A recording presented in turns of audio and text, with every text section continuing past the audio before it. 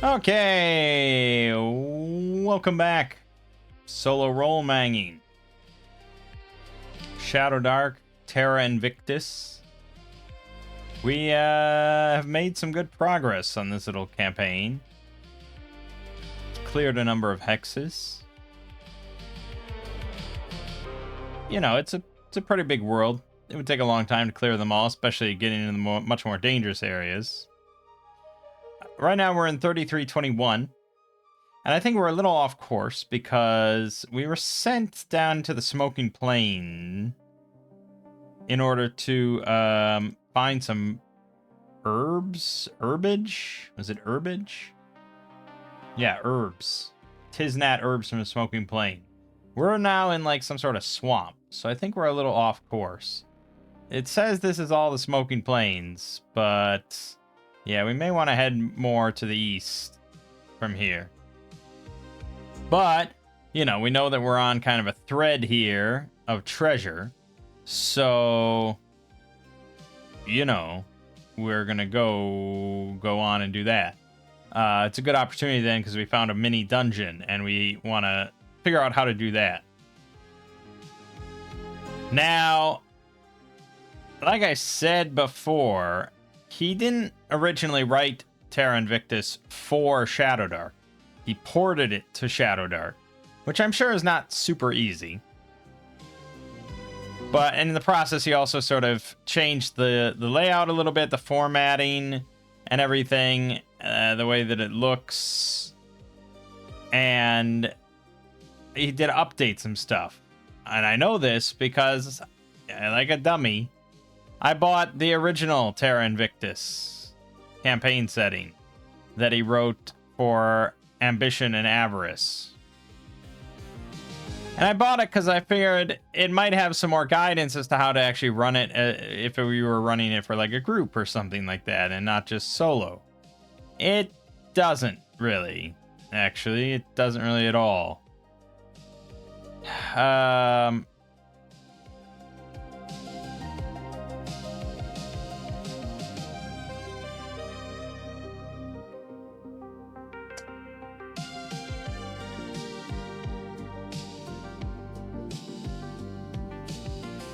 It says it's important for the judge to give the players bits of information about the areas they travel through. There are local rumor tables provided for every settlement. You may want to drop a few rumors of your own. You may want to read up on a few hexes near your player's location, throw out a non-player character to deliver a rumor about it. Maybe they come across a hunter who tells a tale of encountering a troll a few miles to the north.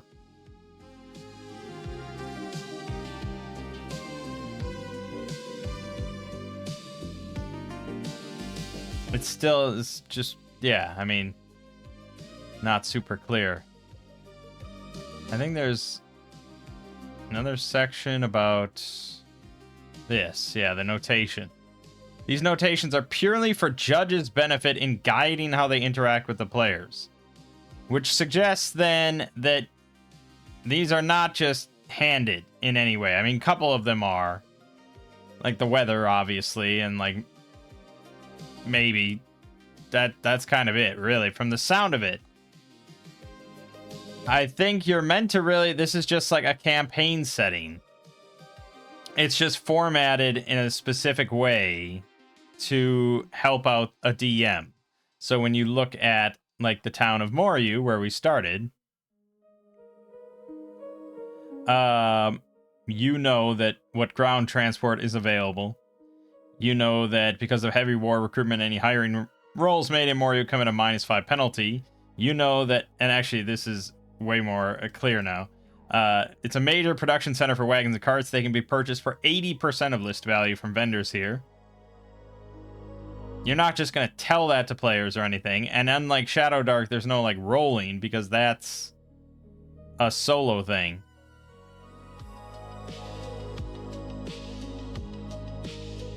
You know, the Temple of Lasper maintains a large druidic grove outside of town, maintaining a vast garden of herbs and other useful plants. Mage users can buy catalysts here for 90% of the list price. And then there's the NPCs. You know about these 4 major NPCs. You know about the hobgoblin begging in town. And obviously that one's pretty easy to have the players come across while they're walking through the market or something. Or walking anywhere.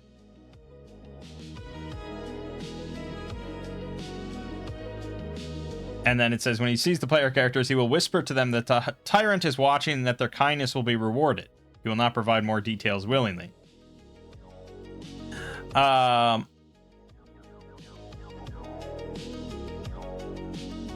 I can sort of see then how that would play out, that encounter. Like, there's a one-eyed hobgoblin begging in town, and as you pass, he whispers to you that the tyrant is watching. And their kindness will be rewarded. And that might cause players to be like, what are you talking about? And then stick a dagger in his mouth and tell us what you're talking about. But again, other ones could be a little trickier.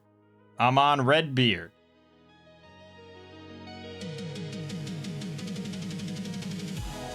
I don't know if that's mentioned all on the rumor table or anything. I don't think so. So how exactly the players would find out about Amon on his deathbed at the town's prominent temple of Anuna? I don't know. Maybe if they go there, I suppose. It's a town of 8,852 people, so it's like, you know, not everyone knows each other or anything like that. So, yeah, that one's a bit more specific, but he also doesn't really do that much. Now, this is written for Ambition and Avarice, and it also includes 2 dungeon modules as part of it, which I don't think... I'm pretty sure this does not have. It mentions, like, the Eye Tyrant's lair, right? In 3324. And if you go to 3324, it just says Temple of the Eye Tyrant. And it's just the same thing as all the other dungeons, you know, just like fill it in yourself. The original actually has modules, like actually has dungeons. Like here's Mire Court. It's like 100. Look at how big this place is. And here, yeah, you can see maps then for the Temple of the Eye Tyrant, and yeah. So I don't know why he ditched this. He just didn't want to convert the whole thing and include it or something like. I don't know, but I mean, for the fact that these 2 major dungeons are included, kind of makes it worth the purchase price for this second version for me. So since that is a major dungeon that exists, I don't know. I assume it's related to some villain.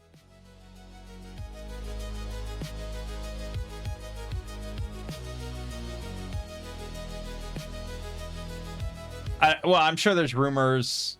Like Colonel Lannet, Landeron military leader, is defected from Moryu. His long-term goal is to march on the lightly defended Mire Court, and you know, so I mean, you're gonna hear about that eventually, and then maybe you ask around in settlements, and maybe it leads to you to this dwarf. Although he's on his deathbed, for as long as necessary. It's, you know, it's sort of the thing. I've been reading a blog. I don't read many. I guess I do read a fair share of like RPG blogs, but not that many. But I've been reading this one from this guy called Beau Rancourt, who seems just like a really smart guy, and I seem to really just like agree with many of his takes. And he was talking about like designing an adventure and how a room in a dungeon in a module should never be variable, right? As far as like the written down contents of the room for monsters and stuff like that. Like he really hates when a module says they enter the room and there's 1d6 goblins in it.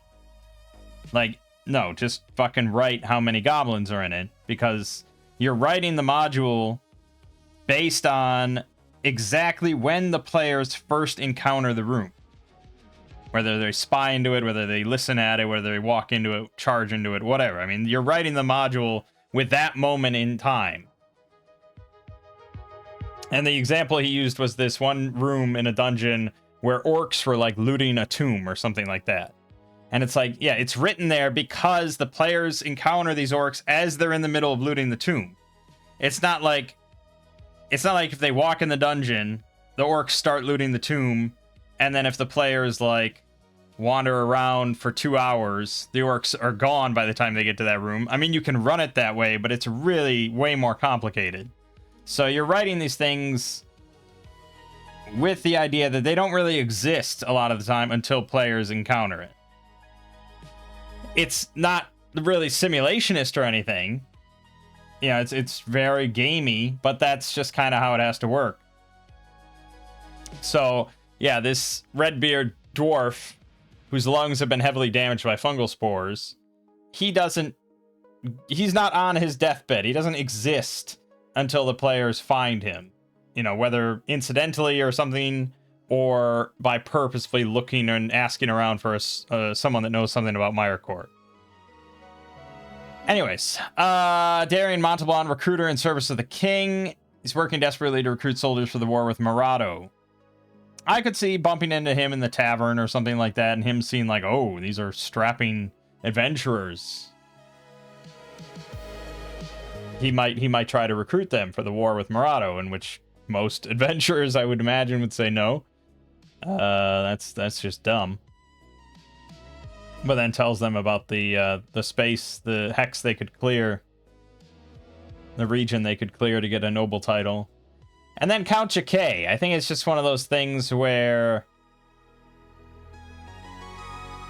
probably just based on if you're starting in this settlement or you spend a little bit of time in the settlement, you probably find out who the leader of the settlement is. He lives in a manor house just north of the town. All of his soldiers outside of his personal household were seized by the Duke and placed under control of a Colonel Lannet at the start of the hostilities. Because this kingdom we're in is at war with Murado. Yeah, I mean, that's obviously what's happening. And they constructed a wooden fort south of town. A few months ago, Lannet burned the fort and marched his force southeast. They have not been heard from since. So I don't think you have to really talk to the Count to find out that sort of information. That could be something we just overhear at the tavern. Or, you know, just, again, find out by spending a little bit of time in the town. It's not like we have to, like, say, hey, let's go talk to the Count and see if he says anything to us. It's just like, this seems like information that people would be chatting about. And then, yeah, there's an ironbound chest. Obviously, players wouldn't know about this. It actually says here, and it doesn't say this in the Shadowdark version, although it does in the Shadowdark version indicate that it is a villain icon. It doesn't say why. I was a little confused. But here it's clear that the colonel, the guy that defected, wants to steal this treasure chest filled with 9,862 gold. Which doesn't really seem... I guess it is quite a bit. Yeah, I suppose it is quite a bit. He's just a colonel. And he's a defector.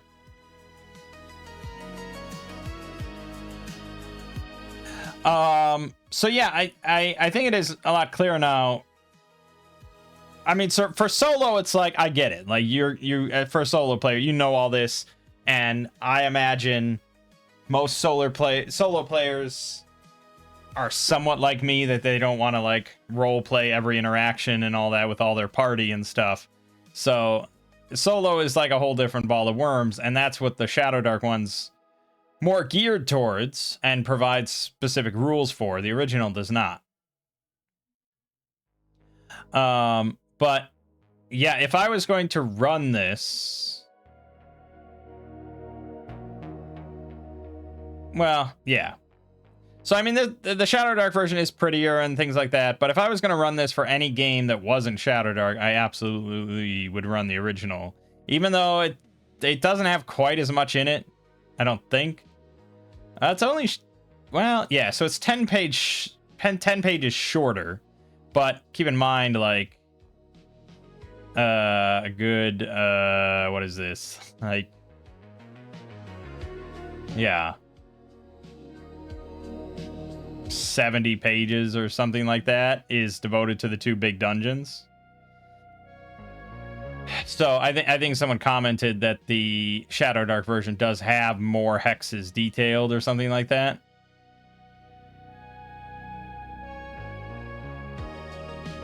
And yeah, I mean, obviously I haven't scrolled through the whole thing to see what hexes are left out or anything.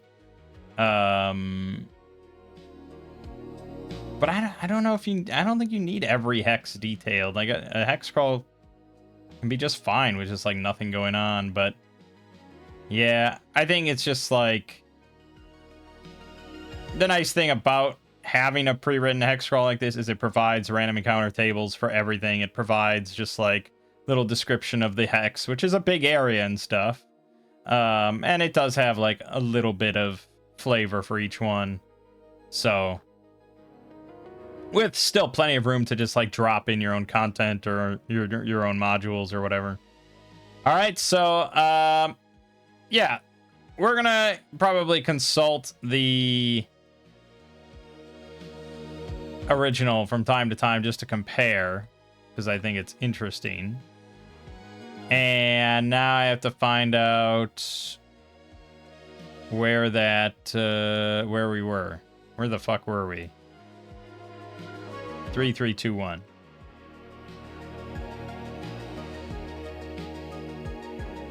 Okay, so in this one, yeah, there's the stunning hot springs with boiling water.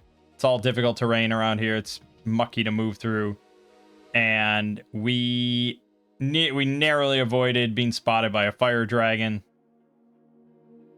and we came across a nice sword, a sing-song blade +1 for Crundle that you can play like a flute, and then we killed some giant frogs.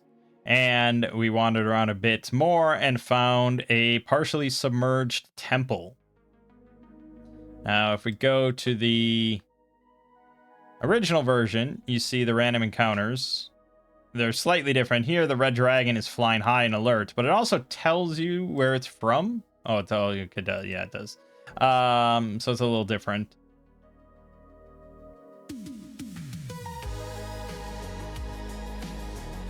Yeah, they're pretty similar, I think. The Shadowdark version adds sting bats, though.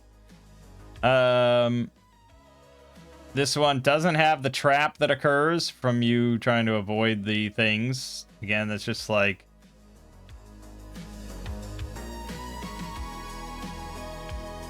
yeah, it just sort of drops that whole thing. And it does mention the giant frogs as a combat possibility. And specifically for the notation section, describes combat behaviors for hostile forces present in the area. Could include conditions for beginning combat, behavior within combat, or guidance for how to manage a retreat. Yeah, so again, the Shadowdark version is very solo-oriented, and it's structured that way. If you want to get to the dungeon, you have to go through this. If you want to get this treasure, you have to go through this. This is much more freeform and just like basically just guidance to help a DM run a campaign in this setting.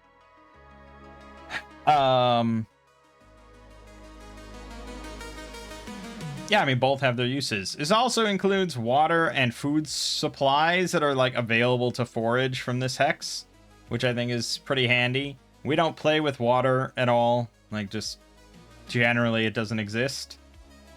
As for the food, yeah, I mean, it's sort of valuable. This is for a day of foraging, but according to Ambition and Avarice, you need to eat 3 rations per day in order to heal overnight, and a minimum of 1 per day.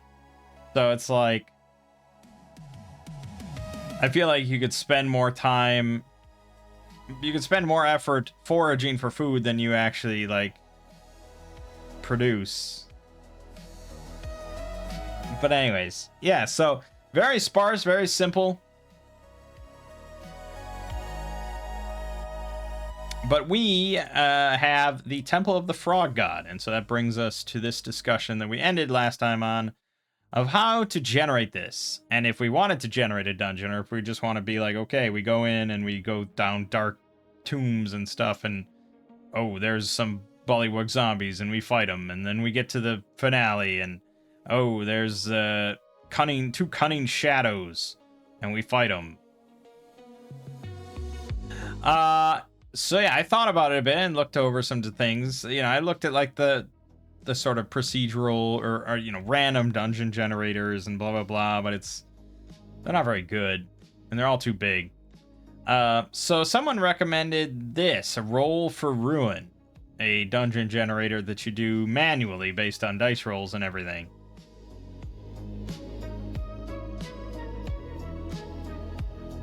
So we start by determining if we want a cave or a dungeon to begin with. We want a dungeon. And then you roll the entrance. It's a d12. It has a 1 in 6 chance of a monster in front of it. So let's get our dice rolls. So we'll start with a d12. 11. Okay, so we don't actually need this because we don't really need that. It's partially submerged. We can roll for the 1 in 6 chance of there being like bullywug zombies sort of in the entryway. No, there isn't. So we don't know. We just see a submerged temple.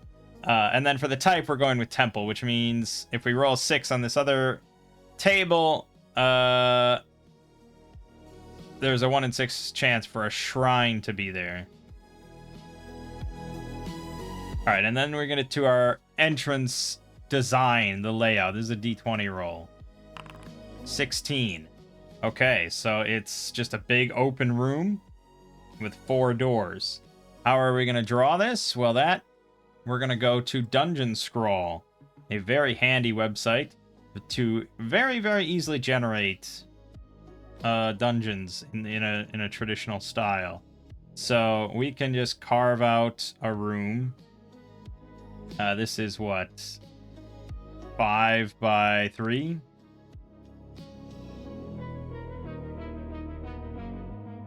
There you go. That's it. And then you can add on doors.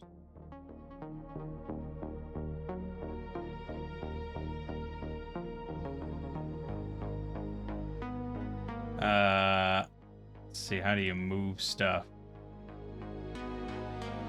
There you go. So a door there-ish. Oh yeah, just zoom in. That probably it doesn't help really. Okay. Door in the middle. It did sort of yeah, okay, that's fine. All right. There is our entryway. Very simple. So now we can roll based on each of these doors.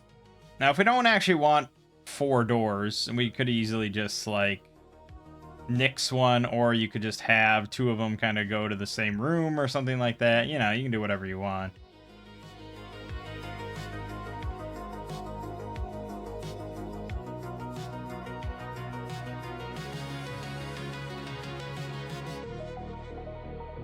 Okay, and then you roll to stock that first room. So basically, any monsters we roll are just going to be bullywug zombies. That's really the only thing in here, I guess. Because we have to go through, what was it, 3d6? So let's roll the total number for that. Okay, that's the average. All right, so there's 11 bullywug zombies in here. We don't want them all in just one big room, so they're going to be spread out across the complex. So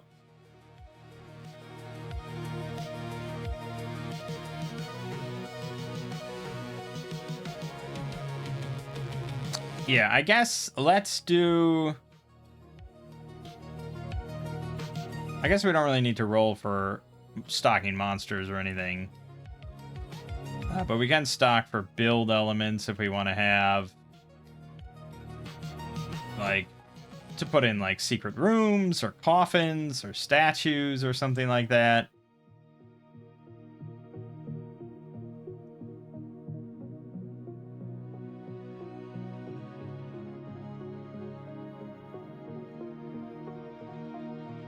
Yeah, I mean there's all sorts of options, I suppose. So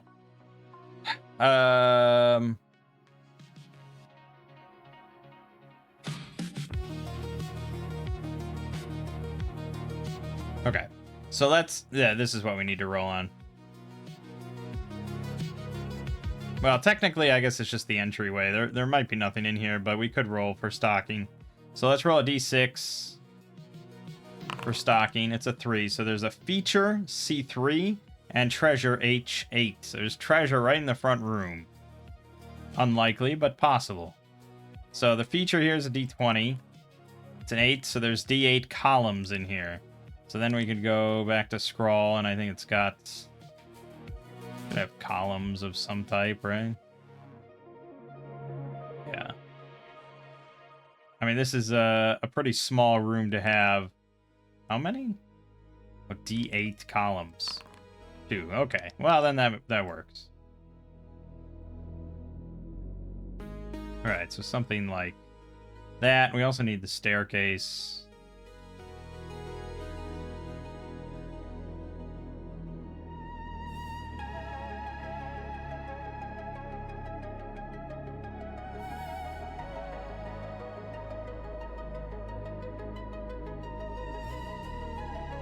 I don't really like that. There's no better staircase that's just like the traditional lines going down? No. Well, they have all sorts of ones, so I guess we could use like that staircase, or just search stairs. All sorts of options.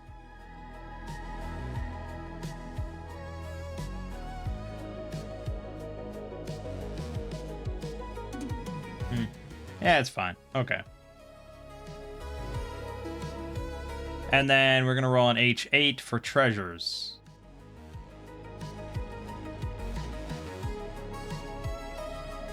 Okay. It's D4, comma, D10 plus level minus 1, minus I, minus 1. Okay. GP in form of D4.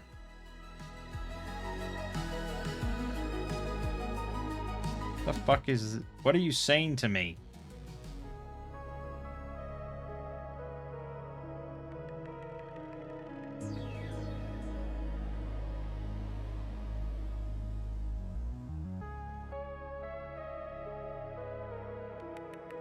I don't know. I have no idea. Oh, right. So the... Okay, yes. So the D4 determines... It's all listed in gold pieces. It's just a matter of their coins, items, or gems. So the money in here is in the form of coins. And the other roll is D10 plus 1 minus 1. So just D10 of 2. So there's 2D6 silver pieces just kind of scattered around this room. Okay. We'll leave it there. So it's not a super quick process, as you can see. This is going to be something you'd probably generally do ahead of time. And it's, you know, for people that like to make their own dungeons, but don't want to come up with everything themselves. So next we can roll up a corridor, say off of the left door. So that's 2 6s. 5 2. Okay. That gets really complicated then. But they can lead to the same room, I suppose.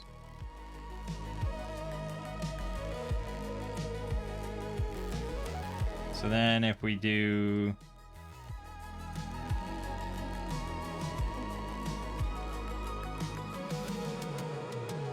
Oops.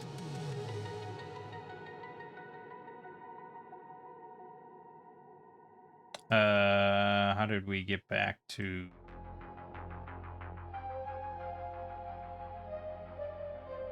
How do I get back to my destroying of the... Oh.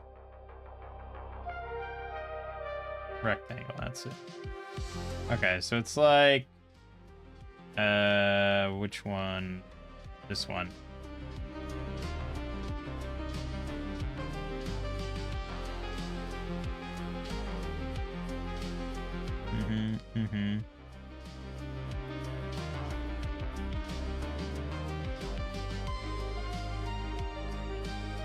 That's basically that, right?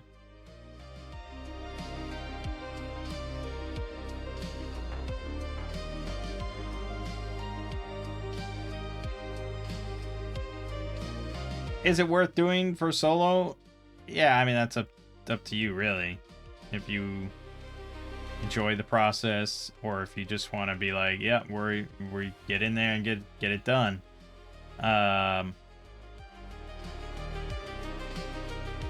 It is a little funny to make your own dungeon, spend all this time making a dungeon for yourself that you already know everything about.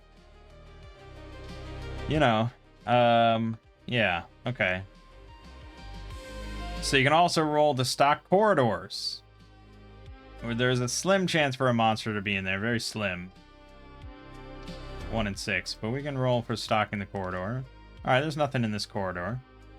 You can also roll for the door types, if you want to get that involved. They are smooth stone. And then you can roll on E5 for more fun. The type of stone, if you really want to get into it, get nerdy with it. This is obsidian. These are obsidian doors. It's cool.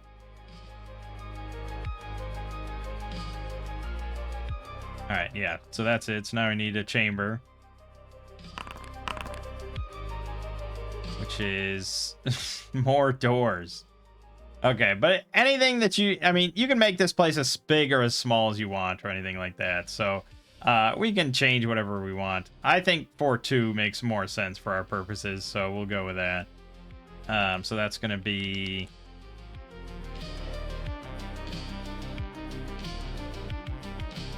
like a... do that, basically. And then it's going to be...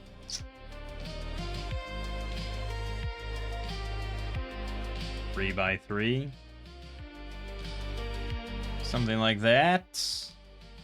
And then here, there's another door leading out. Simple as that. Now we could actually stock a chamber. 4. It has a feature. 6. It has D4 chests. 2. It's got 2 chests in here. Go down to H5 and roll a D20 for each one.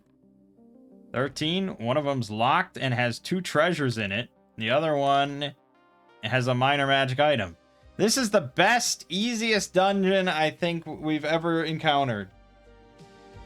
You just walk into this room, no trouble. You just get free loot everywhere. Yeah, so I think we can see some of the problems, but we're free to just stock things ourselves. So we'll put some polywugs in here. Okay, so we get 2 treasures, which is just, like, generally monetary loot. So we're going to roll twice on this. The first set is going to be D4. Okay, yeah, all right, I got you. No, it's a D10. 8. 2d6 times 25 gems. 6. So that's 150 gold in the form of 4 gems. Okay, I feel like I have to write this somewhere. I think we can probably put...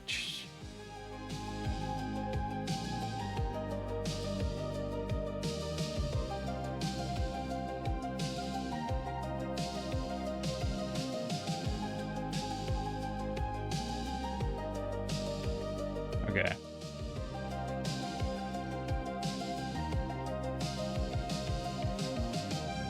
Locked.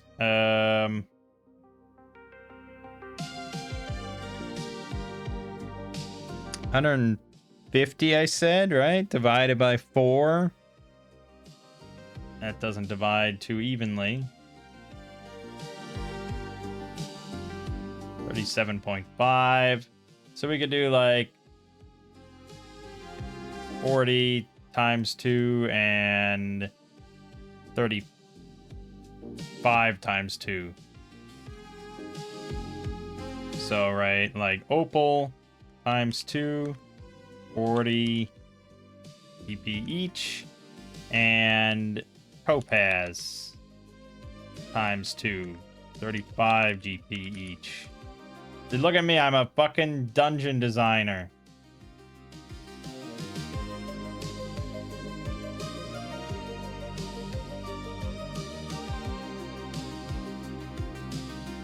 Okay, I need to...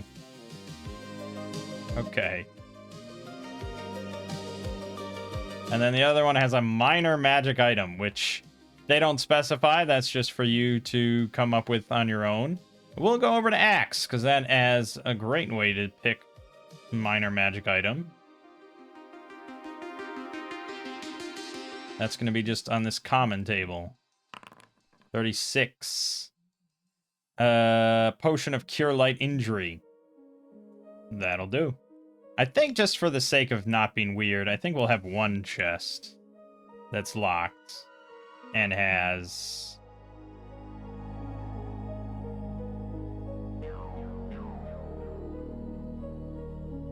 There you go. Okay. And in the room itself, we're going to have 1d6 bullywug zombies. 5 of them. Okay.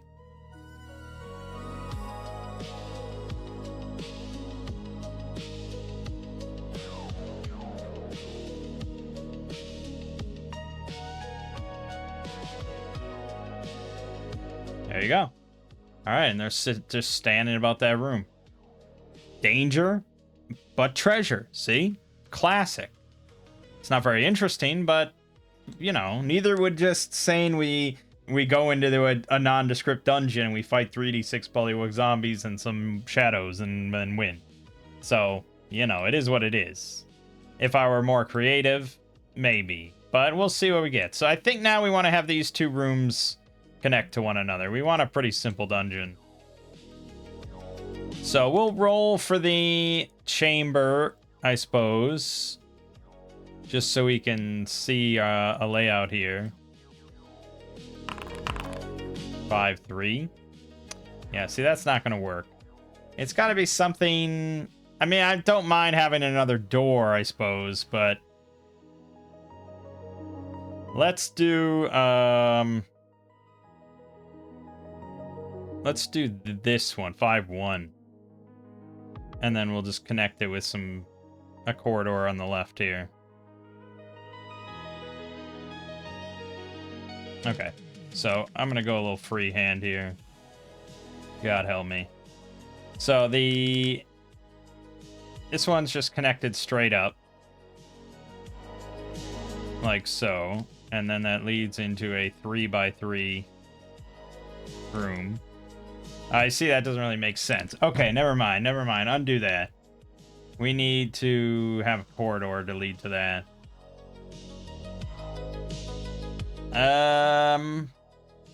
I will find an undo button somewhere. It has to exist. Or I just could delete. Well, there's a fucking door tool. Oh, that makes it a lot easier. Erase. There you go. Okay. So now I need a corridor here. So we'll just roll for a corridor. Or 2. That's a pretty functional corridor, yep. Okay. And that's, whoops. It's just 3 long.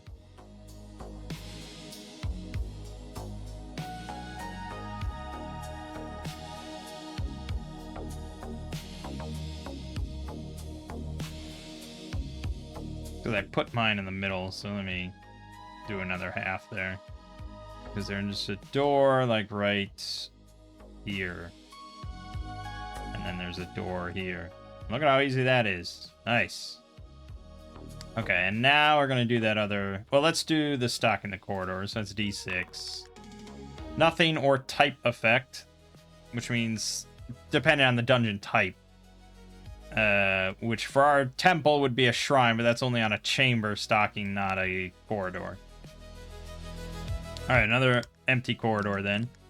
And the chamber we picked was this one.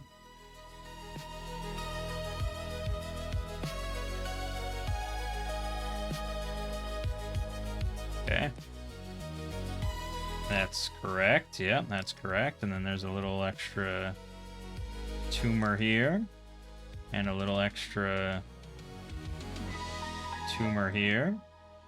And then there's a door here. Whoop. Yeah, door there. Okay. And then basically we just want, like, I don't want another room.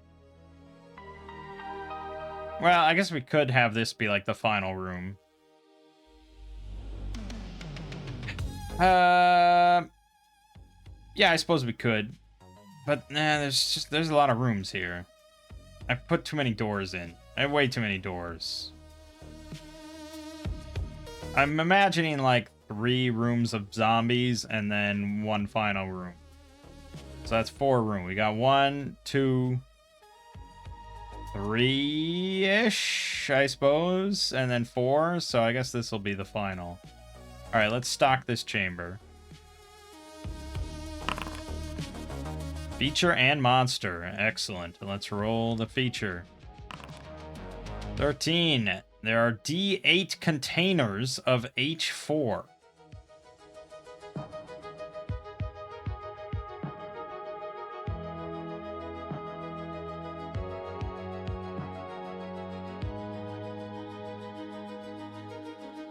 Containers. 4.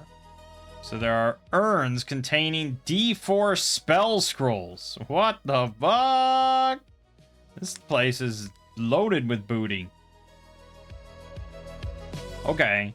Do we have an urn or something? Or a vase? Of some sort of container? There's this. Okay, they're all going to be in color, which sort of throws us off a bit. But I suppose we'll take it. Okay, we'll put 3 in the corner over here. Urns containing spell scrolls. Alright, D4 spell scrolls, 2 of them. We will... I would imagine... Axe has...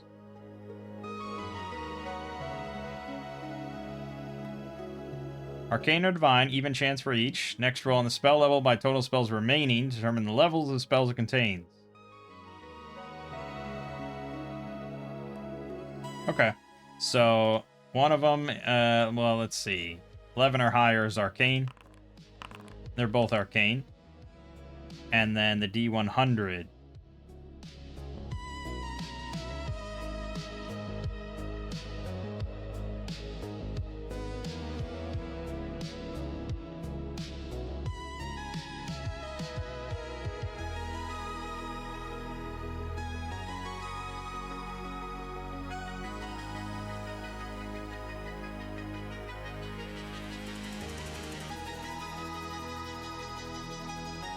Alright, I'm not quite clear on what I'm meant to do there. It says, roll on the spell level by total spells or level remaining of scroll to determine the levels of the spell it contains, rolling as many times as needed and changing columns as appropriate. So am I meant to roll on the 6+ table first? And then if I get 01 to 25, I get 1? I mean, I suppose that's right. That means you have a 50-50 chance of it being level 1 or 2 or 3 or higher. And then it's pretty unlikely to get a level 6.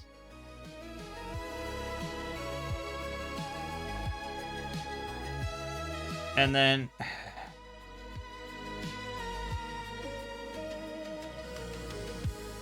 But then if I roll a 2... No, I don't know how it works, man.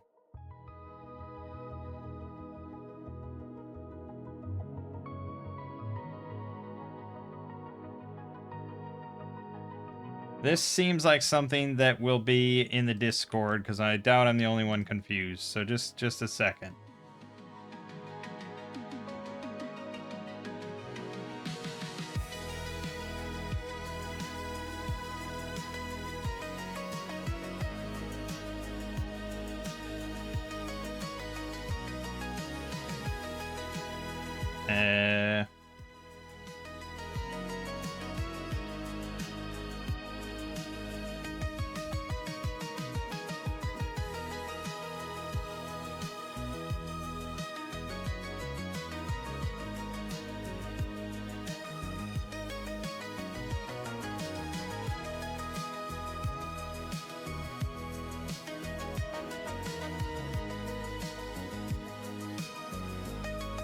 Well, I mean, I searched for the name of the table, and that didn't pop up any results, but I imagine people wouldn't really mention the whole name of the table.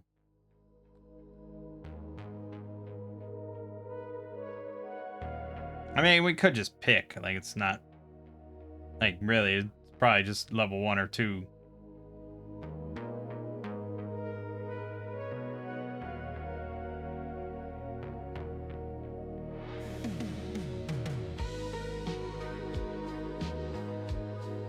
Yeah, I can't really find...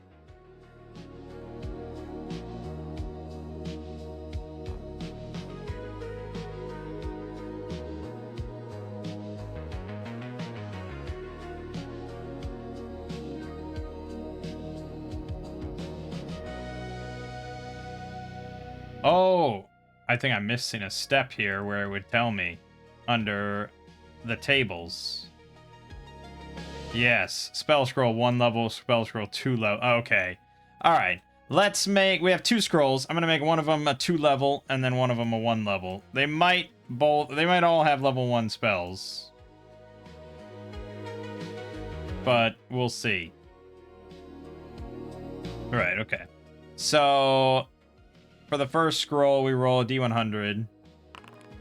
And so that one has 1 level 2 spell on it. And then the other one has a level 1 spell on it. Okay, excellent. So then we can go over to the repertoire.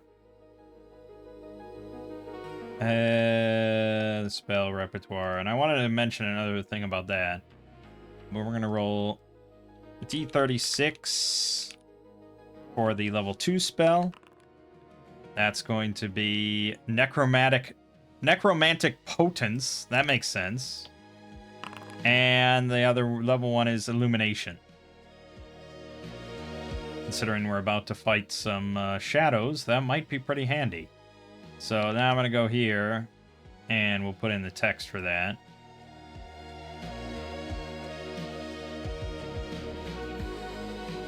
Urns contain 2 spell scrolls. 1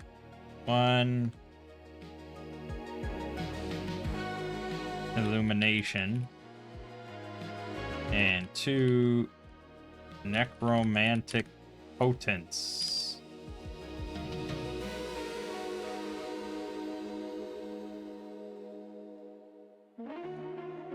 Okay, and we'll do another D6 of Bullywug Zombie. There's 3.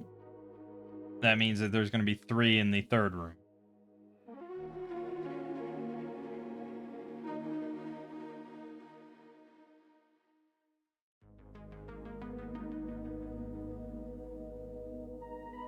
Alright, simple.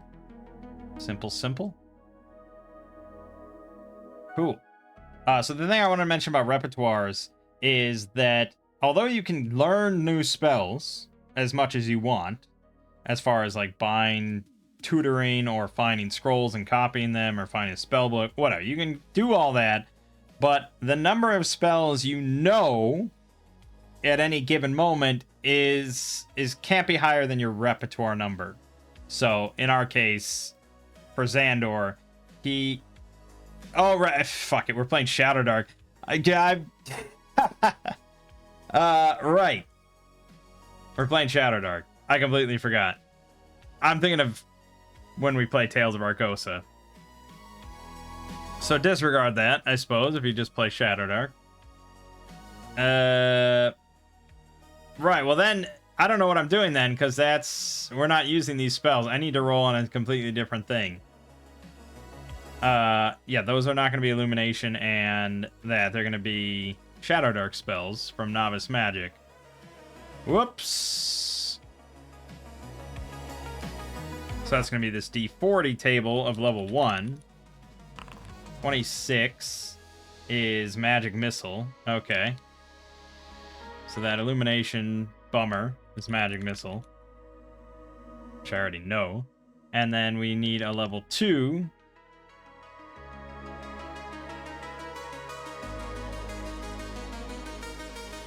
Which is this table, which is massive. I think it's another 40. 16. Fire Glyph. Okay.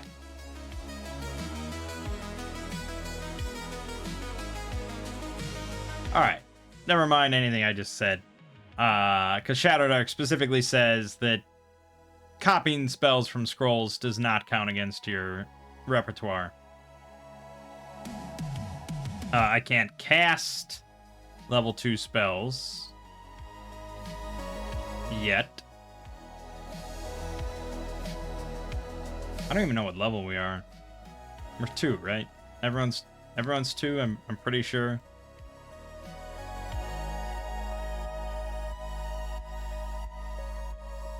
Mithrix level 2? No, I don't think she is. Because she would have gotten another spell, right? So, no, she's not level 2.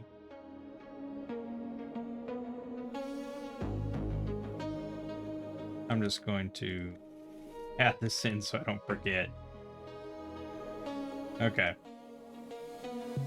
Right, so he can't cast level 2 stuff. I don't know Shadowdark's rule specifically on using scrolls if you can't technically cast them. I don't know if that's mentioned anywhere.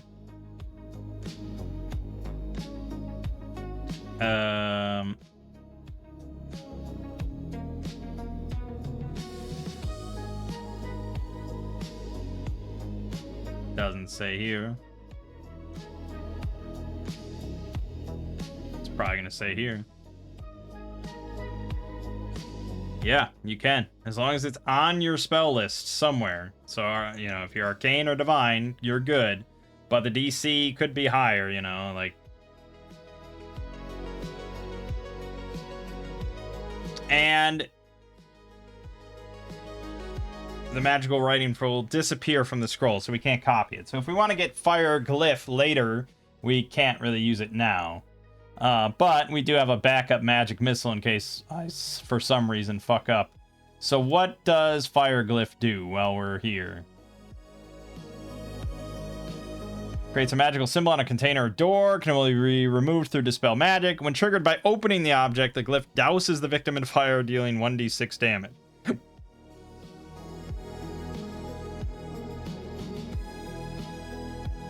1d6 seems pretty low, right? For something like that. I mean, yeah, you can...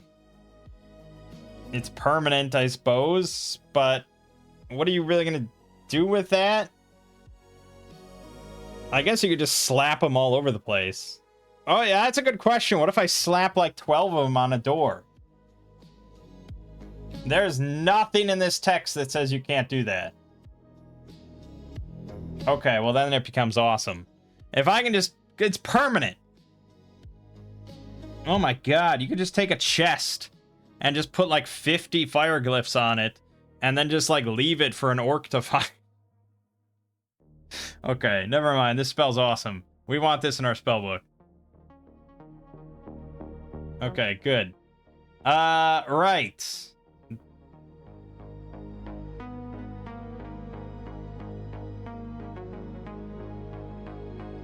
So we rolled, I don't remember what we rolled for the stocking.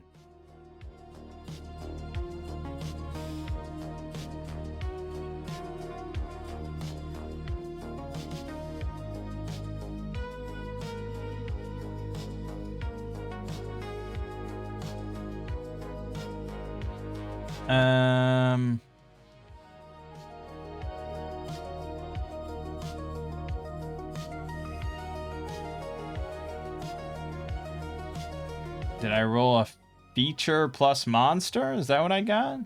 I think so. I think that's what we rolled. All right, so we have our feature, we have our monster. We're all good. Okay. And I know this is taking a while, and I could have done this ahead of time, but part of this series is my, like, misguided, perhaps, belief that some people watching it might be interested in playing solo or just running games or, you know, whatever. Playing RPGs, running RPGs. So I like to show off sort of different tools, different books, different mechanics, whatever. So I think a system like this is probably pretty useful for anyone that's running a D&D game, an OSR game especially, that doesn't want to just completely use pre-published modules.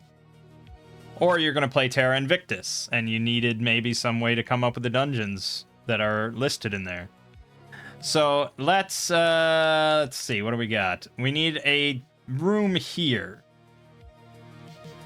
I think we probably could just use a big room that's just pretty basic. Just a big room that bridges the gap.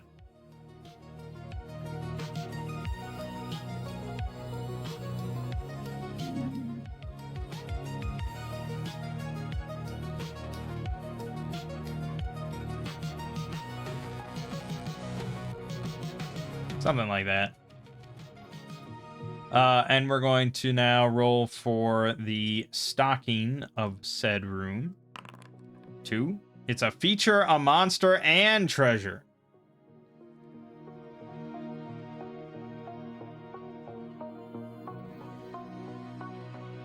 Okay. Then let's roll on the... I mean, granted, the last feature we rolled had treasure in it, so who knows? But we'll roll the feature. It's D4 burial alcoves. That makes sense. 4 burial alcoves are sort of inserted, inset in the wall. We have to roll on H1 for that.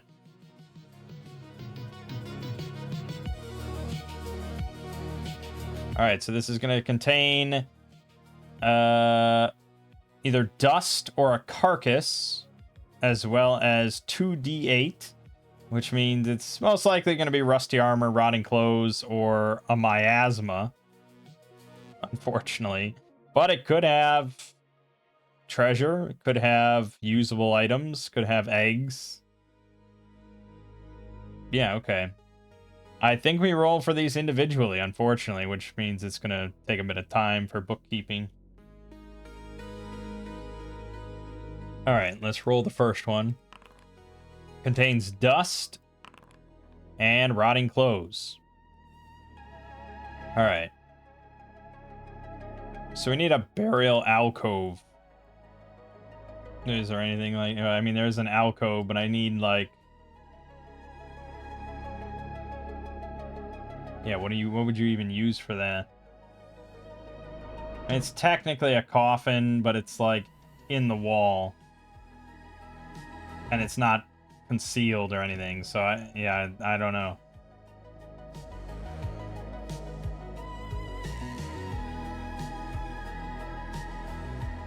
Usually these aren't really represented on a map because you can't really see it. We'll just use these bones. Them bones.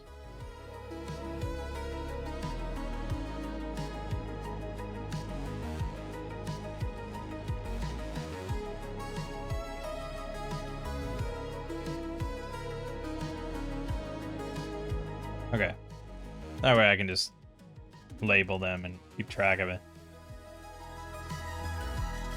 Dust and rotting clothes.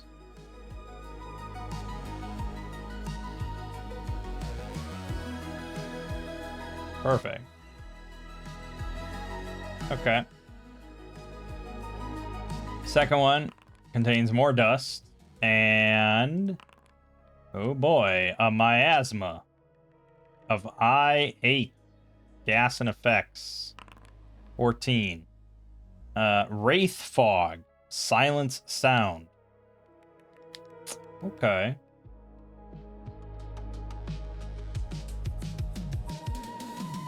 Dust and wraith fog.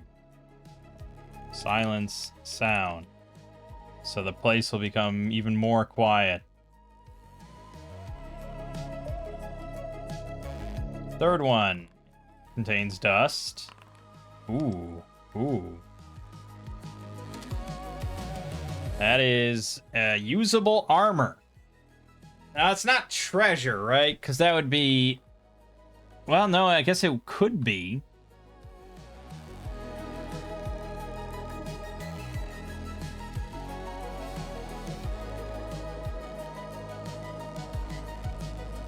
Yeah, I don't think they list, like, magic items as, like, a possibility, right?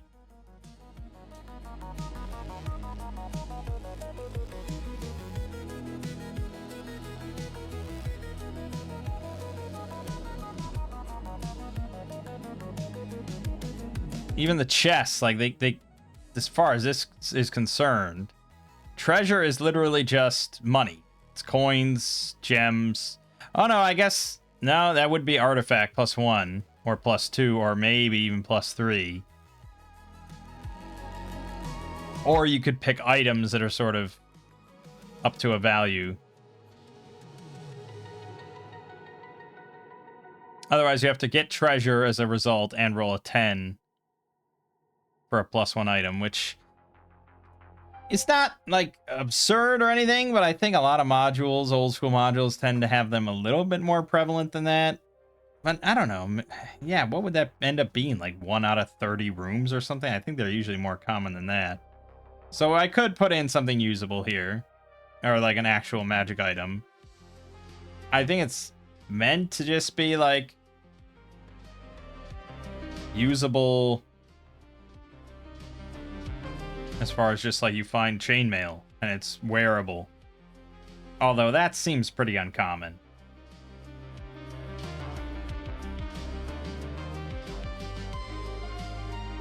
Because that's not very exciting to pull out. People are going to assume it's magical. Do I want to give a +1 armor here? I think so. I think I do. We'll leave it to the Oracle. 11 or higher. Do I get a magical armor in this room? No, I don't. Okay, then it's just usable,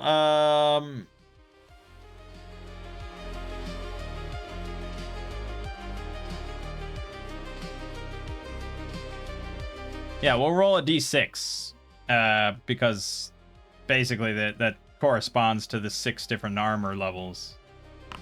Okay, so it's usable chainmail.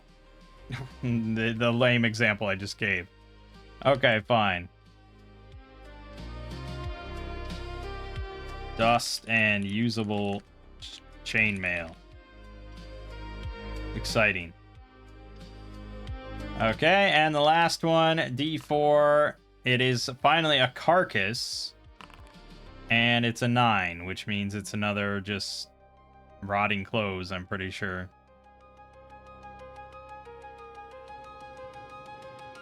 Yeah, more rotting clothes. Not a very exciting set of alcoves. I could see people being like, why the fuck are you wasting my time with that shit? And there's also 3 bullywug zombies. So I suppose it's fair then, like, pretty much the best treasure was in the one with the most zombies, where there's 5 of them. Okay. Then that just leaves... Oh no, but there was also treasure in this room. Okay, well, we'll probably end up throwing that in one of the alcoves then. Because we rolled for our stocking feature treasure. Which I think is just H8. Is what you're meant to roll on. So let's roll on it. It comes in the form of coins. And the number is 2d6 silver. God damn it. I had another out to try to get something good in this room. I suppose them's the breaks. When you're rolling randomly. Unless you want to just change it. But I don't know. I mean, there are some other good stuff. And we know there's stuff in the final room. All right, I will allow myself another oracle roll. Is there a +1 weapon in this room? Yes. Okay. I think we should determine it randomly. I think that's fair. And so I'm tempted to go to Shadowdark and go to the weapon table because there's like really not that many options, right? 1, 2, 3, 4, 5, 6, 7, 8, 9, 10, 11, 12, 13, 14, 15. I'm going to just roll a d15 and that's what we get. 1. It's a bastard sword, which is really obnoxious because Mithrix can't use it. I don't think. Now I don't remember. I keep getting all my games confused. No, Club Mace Staff. The only one that can use it is Crundle, and he spec'd specifically into longswords. Which means, yeah, no one's going to use this thing. And he already has a +1 longsword anyways. I mean, that can happen, though. I mean, you find a magic weapon that no one really has any use for, and you just chuck it in a bin, you sell it, or whatever. I mean, it's XP, basically. It is XP. Well, that's the thing. Like, old school sort of mentality is like the DM doesn't make any... He doesn't bend anything towards the fact that the players are going to be the one to find it, you know? It doesn't spontaneously morph just because it's a party that can't use it. What it is what it is. Whereas more modern gaming, yeah, I mean, you wouldn't ever provide the players something that's of no use to them. That's lame. No one likes that. For our purposes, it's going to be a +1 bastard sword.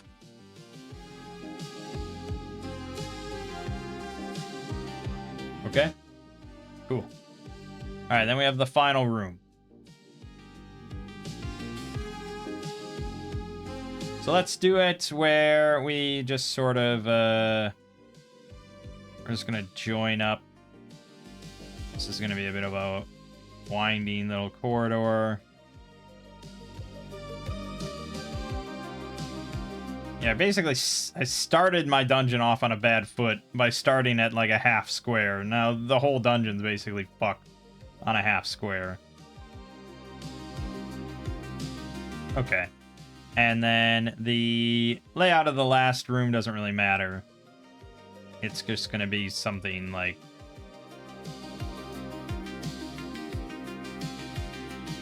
something like that. And it's the last room. I feel like it probably should have a shrine in it or something. It's a temple. How could it not have a shrine? So we'll put in a shrine. Or an altar. Got any good altars? Good altars. And this is our altar.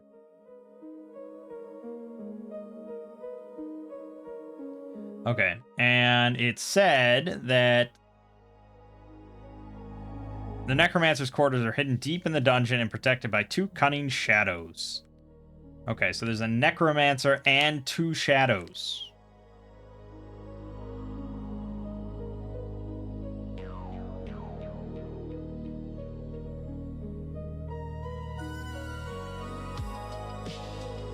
Oh, it says he died of a disease some time ago.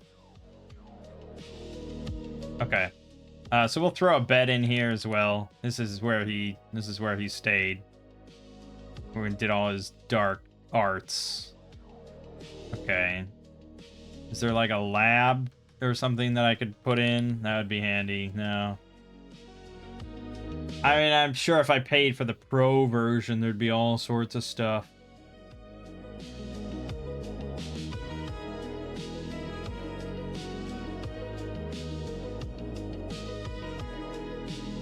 Yeah, I can put in some bookshelves. Cabinets. These are massive. There you go. Some of that. No,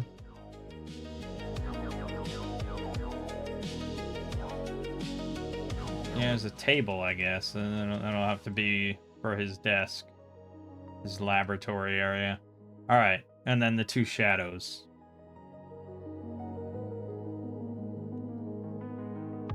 2 shadows. Right.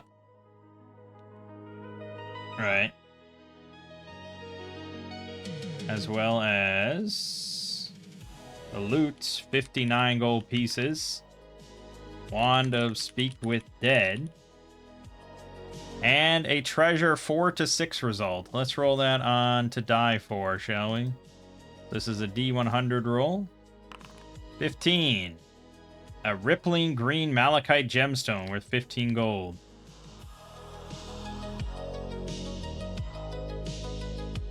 Done. That is not much treasure, but thankfully we set up the other rooms. If I had just done it as like a Theater of the Mind dungeon where we fought 11 bullywugs, 2 shadows, and we got this, I'd be a little miffed. But we're going to get more out of it than that.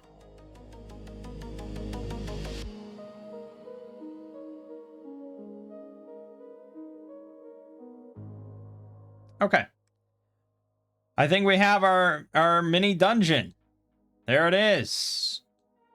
Way too many doors. Far too many doors. And this, I guess, we'll just delete because whatever. But, yeah, a lot of doors. Not very well designed. No one would ever publish this. This is like some AI-generated shit. But we didn't generate it with AI, did we? We did it ourselves. I don't think we'll be doing that anymore in the future, or if I do, I would do it probably on my own, because that took up a good chunk of time. But again, I just wanted to show the process. Because normally I would never make my own dungeon. Like, that's why I use a lot of modules, because I'm not a creative person, and I don't really want to put much effort into thinking up how a dungeon is laid out, and these people are all very creative. But I gotta say, I mean, that is a pretty simple system, and even someone like me can do that. And I mean, we did it so that we had just defined enemies and everything ahead of time.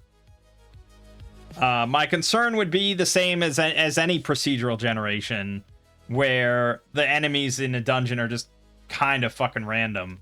You can change whatever you want. I mean, we sort of did that. You can decide, like, no, that doesn't make sense. I don't want that in my dungeon, blah, blah, blah. If you want it to be an all undead dungeon, just put all undead in it, you know?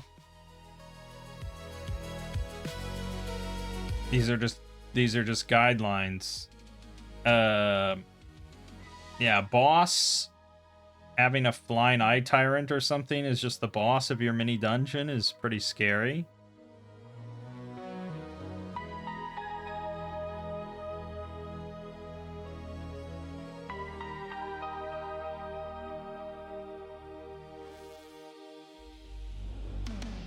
Yeah, but okay, let's do it then. Let's finally play.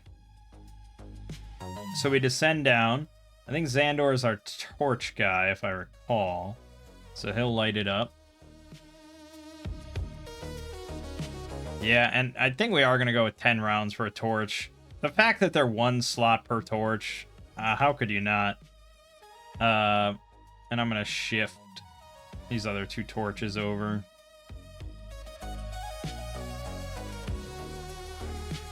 Okay, we descend down. And there's some silver pieces on the floor that we could pick up, but our backs hurt, so we won't. See 3 doors down here. Strong smell of must and mildew. I mean, this place is like partially flooded. There's water everywhere, dripping everywhere. I probably could have put in more like dangers and actually like submerged rooms, and yeah. But at that point, I don't know. I'd probably try to just change some stuff, and I would either do Theater of the Mind and just be like, okay, we've come across a submerged room or something. How are we going to get through it? Whatever. Or I would just find like a published dungeon that's partially submerged or has flooded rooms. I don't know, something like that. So we'll not worry about it. There's 3 doors to choose from. We'll do our usual D3 to decide. Well, that was a 4. 2. Okay, we're gonna go down the middle room. This ended up being nothing as well. So we cautiously move forward. into this room. We listen at doors, but zombies make no sound, so we'd never hear anything.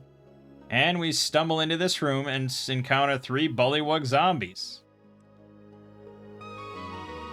So, bullywug zombies have stats as bullywugs completely, but they're immune to morale checks.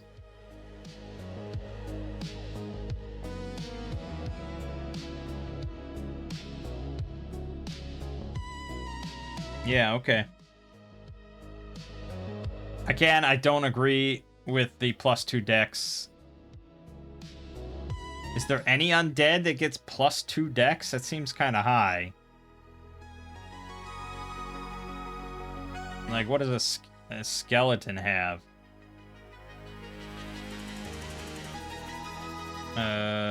Skeleton has +0.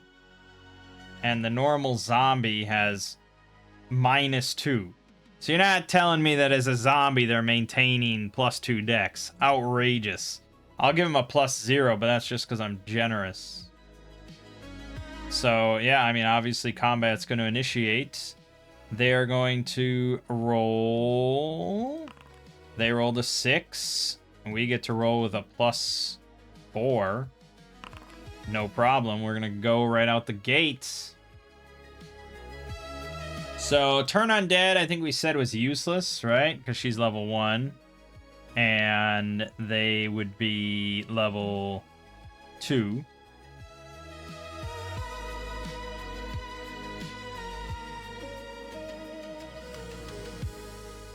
Well, no, it's not useless. You can still cause them to flee.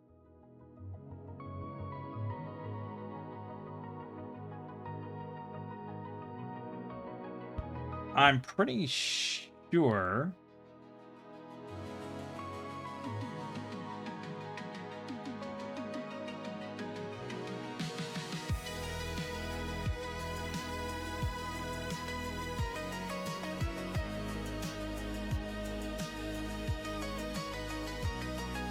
Okay.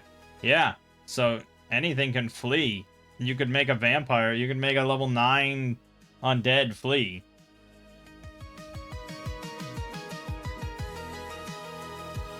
Okay. Seems like the best choice. I mean, these are undead. It's crazy good, right? It's probably one of the best turn undead abilities in any old school RPG. Because you can just keep spamming this. It sort of depends on how the DM interprets fleeing and what the undead is capable of doing as far as fleeing. You know, Axe has the thing where they will cower in place if they can't flee, which is really good. It's basically just free kills. But if you say that zombies can go through doors and open doors and stuff, then yeah, they could just run amok around the dungeon. So let's see what we can do without that. We'll maybe end with her casting Turn Undead. Let's start with something else. I think Xandor will open with a magic missile on one of them. He failed. He rolled a 4 and a 1 again. God damn. I hate to burn luck on that, so... yeah. But then I have to wait basically like an hour to get it back. Damn. Riddiger is going to, yeah, we have those +1 or +2 damage arrows, or, yeah, +2 damage arrows. It's probably better. Okay, he'll shoot one of them. That's gonna be a big miss. They have fucking 15 AC. And Crundle then roams in with his sing-song blade. Okay, well that's a hit and a kill. Alright, he butchers one of the zombies, no problem. Excellent. Very excellent. Okay, then yeah, I guess we'll cast Turn Undead. She failed. And she'd have to use somebody else's luck. I mean, she'd have to use Xandor's luck. But losing turn undead right now seems pretty bad, so I guess I will. Fucking hell, she's not very good. Why are you not very good? Damn it. She rolled an 8 and a 3. Okay, no turn undead. Then the Bullywug zombies are going to pounce onto Crundle. They get to roll +1 for their spears.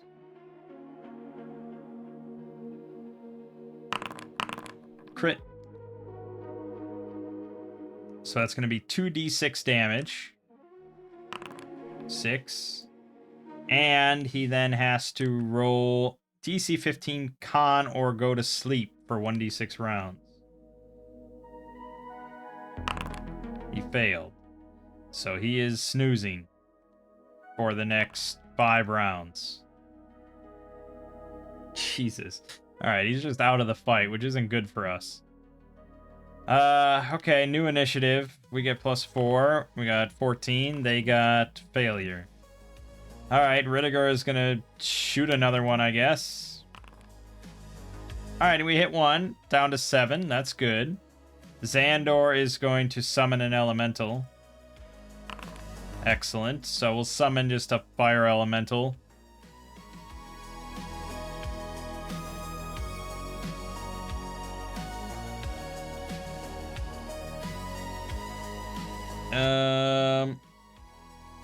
I wish it said if it got a turn immediately or not.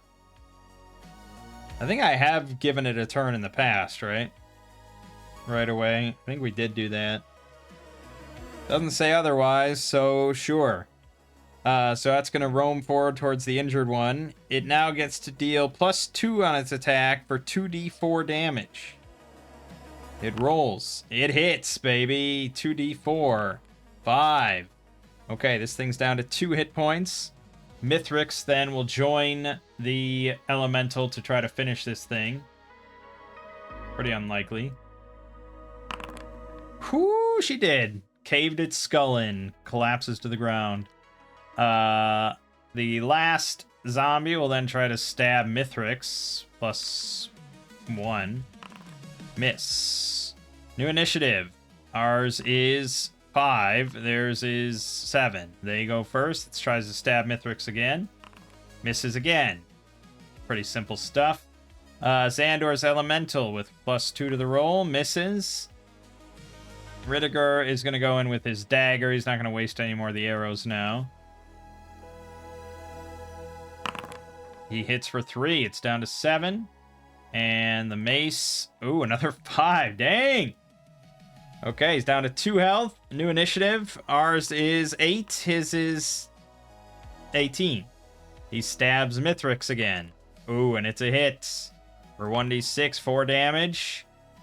DC 15 con check.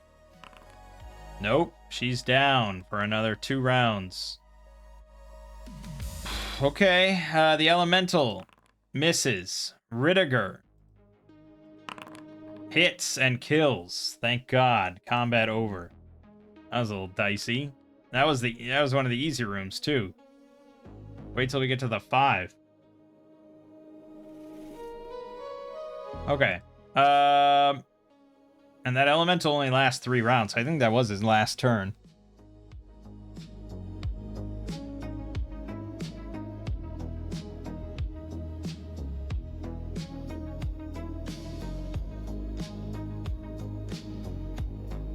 Alright.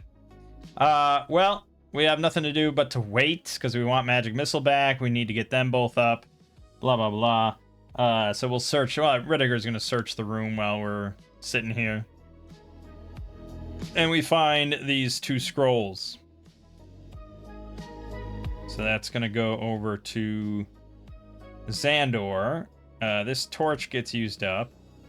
So we wait an hour. So we light a new torch. And he is going to take a scroll of magic missile. Actually, that's a terrible way to... Well, for that specifically, I could add it to the spells from items list. Well, no, I guess we're going to do it that way. All right, never mind. Never mind. Go to Compendium. Go to Spells. Tier 1. Magic Missile. Scroll. And then it's in my inventory and in this list. Wish Flame Glyph was there, but we'll add it ourselves.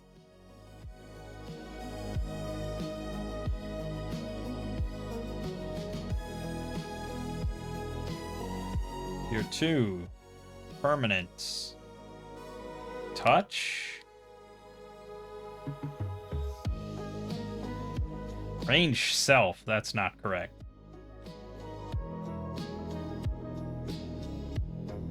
You don't put the glyph on yourself. That's not how it works.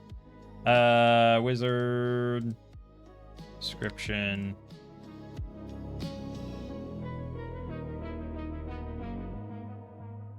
Yeah, we're gonna have some fun with that spell someday. Tell you what.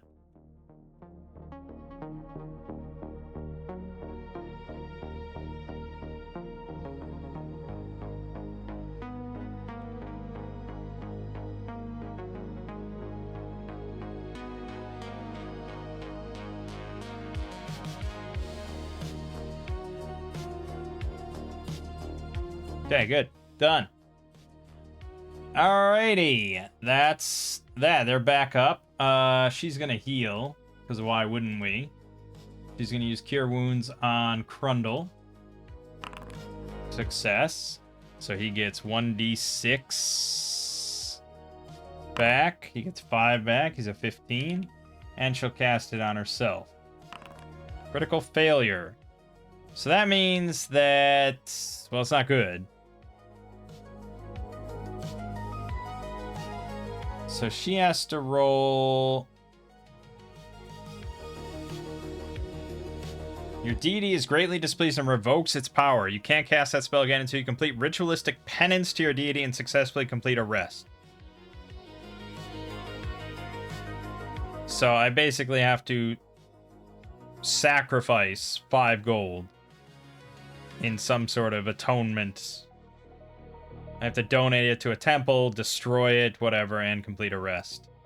There's no way to indicate that specifically. That a spell is, like, super fucked, you know?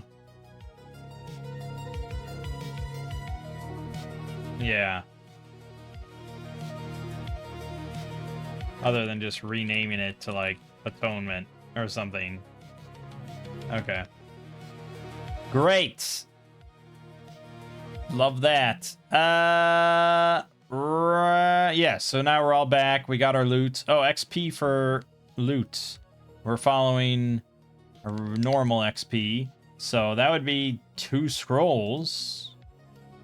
That would be 2 XP, yes. 16, 9, 17, 16.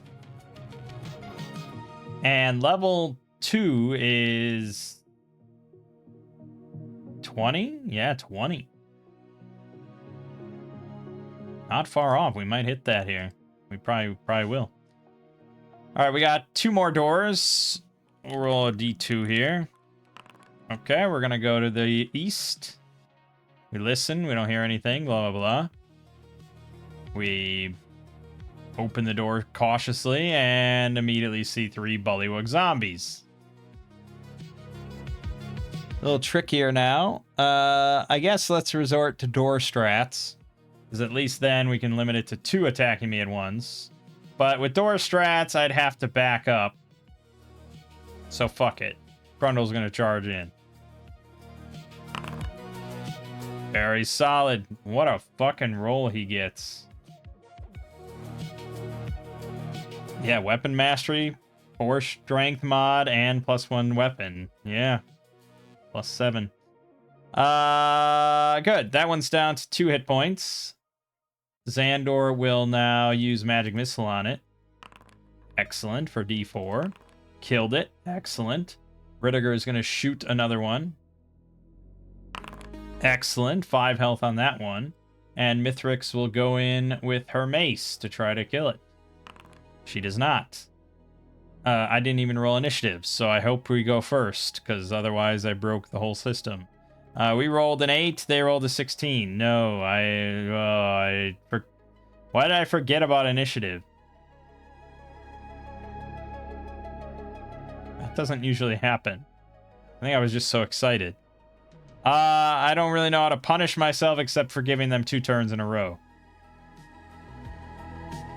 Which is pretty dangerous. We're going to have 1 attack Crundle and 1 attack Mithrix. The one on Crundle crits. The one on Mithrix hits. No, it's only +1. Never mind. So that barely misses Mithrix. But it does crit Crundle again for 2d6. 10 damage he takes. And he has to roll the DC 15 con check again. Critical failure. He's down for 5 more rounds. Great. Now they get to go again, so they're both going to attack Mithrix. First one, miss. Second one, hits. 1 damage, but she has to make that con check. She fails again. We got no luck, so she's down as well for 1 turn. 1 round. Okay, that's not too bad. Now we're going to roll initiative again. There we go. We got it. Okay, so this round, Mithrix is down. Riddiger is going to shoot the injured one, which I think was at 5 health. Yeah, 5 health. So he's going to try to shoot that one again. Does. It's at 1 health. Magic missile it. Crit. Double any 1 numerical value. Yeah, 2d4. It doesn't even matter, but they rolled double 1s. It's dead. All right, the last zombie then is going to try to attack Riddiger. It rolls a miss. We roll our new initiative of 13. They got 10. We get to go. Mithrix is back up, but she has to stand and then walk over to the zombie. Oh, I guess she could... No, that's it. Yeah, that's it. Riddiger is now going to try to stab the zombie in front of him. He critically fumbled, so it counters. Misses. Xandor magic missiles. And he fails. How are you failing this many times on magic missile? That's insane. You should literally have like a 10%, 5% chance of failure or something on that. This is ridiculous. Okay, the zombie is going to try to stab Riddiger again. Fails. New initiative. We crit. They crit. Our crit's better. Okay, Mithrix comes in with the mace. Hits for 3 damage. Riddiger stabs. Fumbles. It counters. Miss. Xandor... I don't know if I want to lose Summon Elemental, to be honest. It's kind of my only hope. So I guess he's just going to walk in with his staff. Miss. It's going to keep trying to stab Riddiger. It misses. Our new initiative is 17. Theirs is 15. It's taken, what, like 3 damage? Or, yeah, 3 damage. So it's at 7. Excellent. It's at 3. Come on, Riddiger. It's at 2. Come on, Xandor. No. Tries to stab Riddiger again. Misses. New initiative. Crit again. Oh my god. Wait, what? We had 2 rounds in this combat where both sides crit?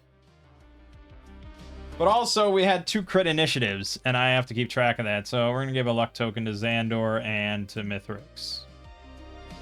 Well, our crit is better again. It has 2 hit points. It has 1 hit point. Come on. Nope. There it is. Done. Jesus Christ. Okay, and by that point, Crundle gets up again, but now he's pretty beat up. And we're out of heals, so it may be worth it to leave. These things are nastier than I would have thought. And she needs to atone to get cure wounds back, so leaving could be prudent. We'll wait. No, I don't want to wait another hour. Yeah, it says 10 rounds, and that's the other thing with Shadowdark, is that's never a clearly defined term. A round is when each person has taken one turn, and a turn is time for each player to do something.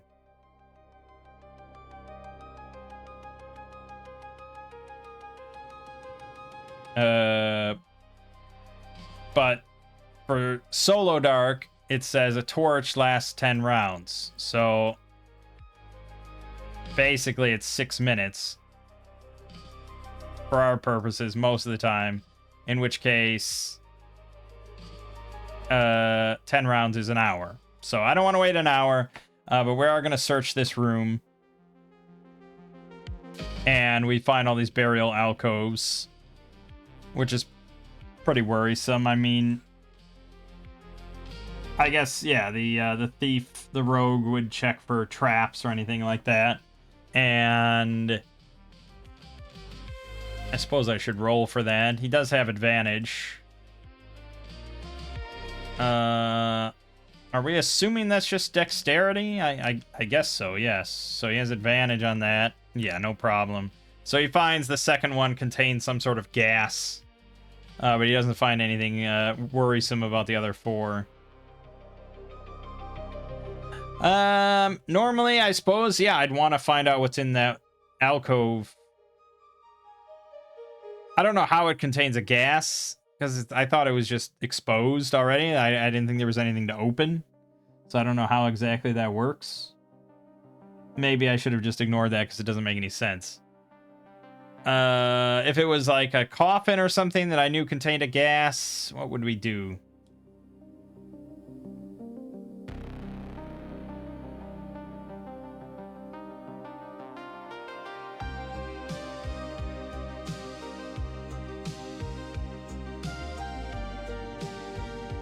Yeah, I'd just summon like an earth elemental and have him just kind of smash open the coffin to release the gas. And we leave the doors open and we just wait like 10 minutes or something.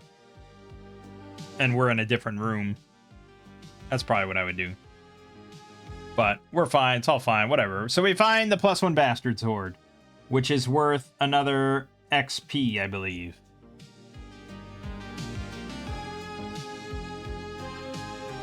No, it's worth 3. It's a magic sword. You cannot deny. 3 XP. So that does give Mithrix the level, and it gives Xandor the level, which is pretty awesome.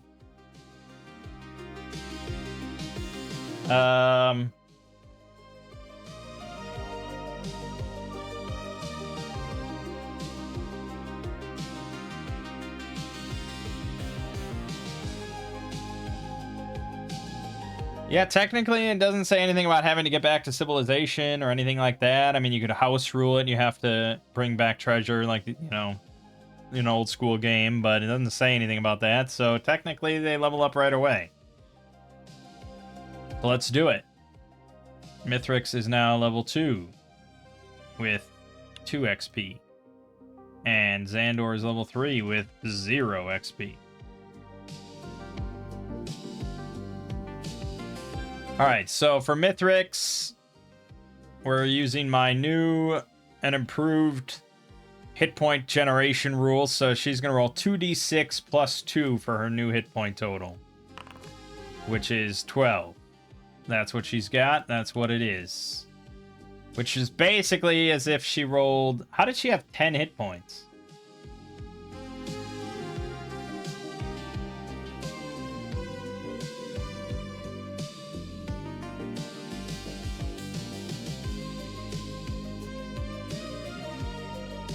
She definitely wasn't level 2. Did I think that she was when I gave her 10 hit points or something? She shouldn't have had. I don't know. Well, it's 12 now, so it doesn't matter. She gains another priest spell, which is the D36 chart I think we have. 9. That is going to be Entangle.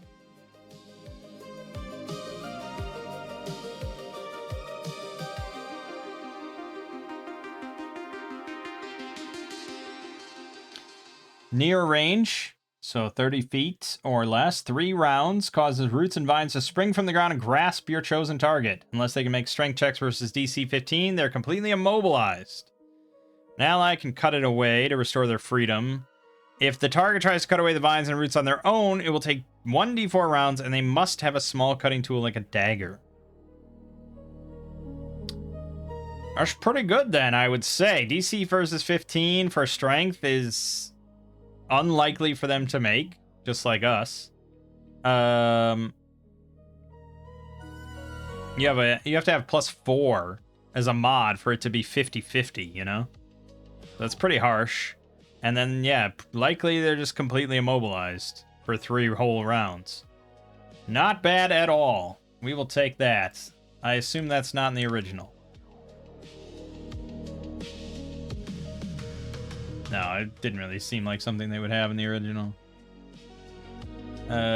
Entangle. It's a spell. It's tier 1. Duration is 3 rounds. Range is near. It's a priest spell.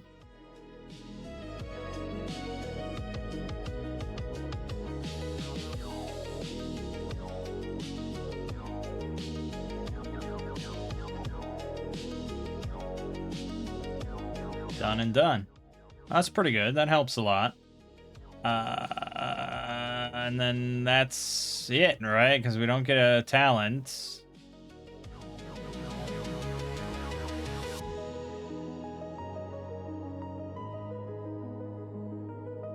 That's kind of it at level 2. Not very exciting. But Xandor does get some exciting shit, doesn't he? As a sorcerer, his new hit points is going to be 3d4 plus 1. 6, so it goes up to 7. Great. I suppose it's not far off from an average. He's a wizard. It is what it is. That's fine. And he gets an extra spell. So this is a d40. 4. Cause fear. That's really not in the original? No, it's not in the original. Okay. Color me surprised. Cause fear. 30-foot range, 5-round duration, grips your enemies in fear and destroys their confidence. All non-undead opponents within near distance must make a whiz check versus DC 15 or flee from your presence. Holy shit. That seems phenomenal. Especially in, like, an enclosed room or something where they just cower. Although, usually non-undead are going to be more intelligent than that, but that's the only stipulation. Non-undead. That covers a lot, and it's a 15 DC check and everything within 30 feet. Opponent-wise, so it doesn't affect your own people. That seems like a really good spell.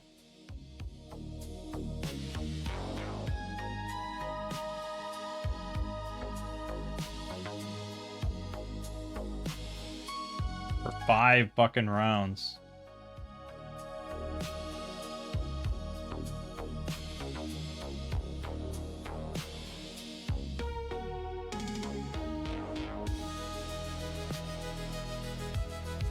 Okay, awesome.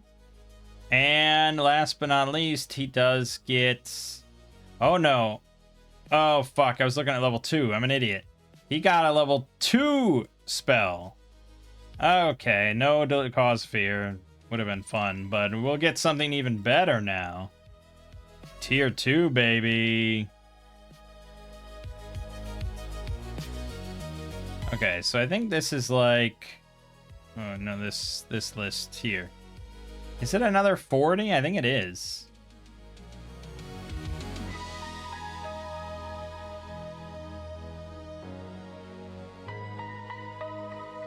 It's 48, I think. Peace.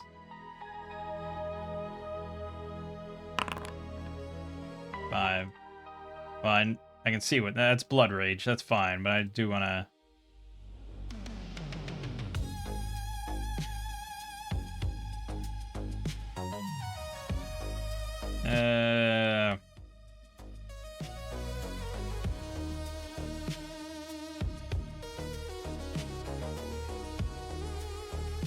That didn't work out as easily as I wanted it to.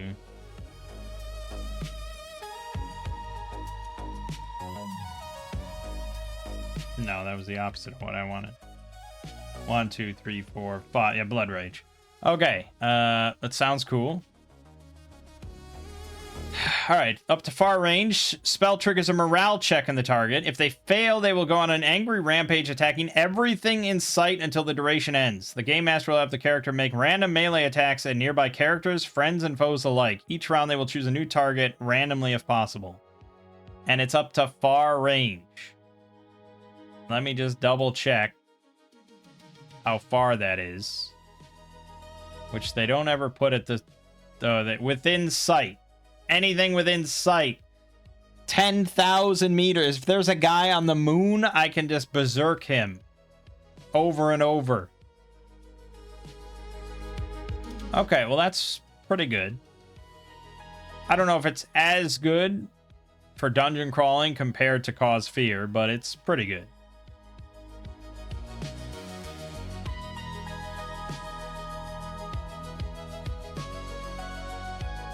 More importantly, I can now copy and learn Flame Glyph, which I'm very excited about. It lasts for... Fuck. He didn't put a duration, he just put instant. That doesn't make any sense. What's the fair value then? Somewhere between 3 and 5.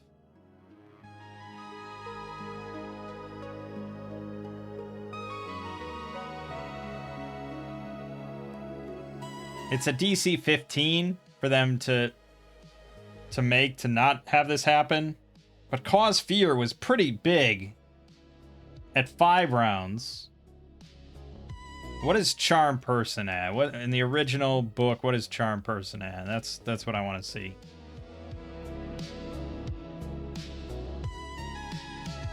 One D8 days. Okay, never mind. Is there something similar that I could look at? Confusion, that's focus. But I don't think that's what we intend for this.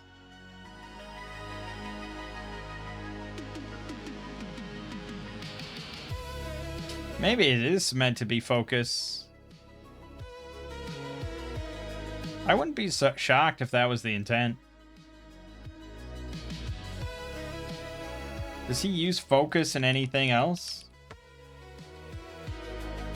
Yes, he does. Well, no, but that's an original.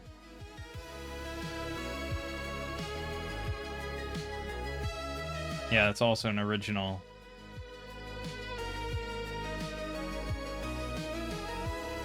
But hypnotism's not original. I don't think. No. Okay, so he does use focus. I'm gonna say that's the intention. It's meant to be a focus spell. The range is far.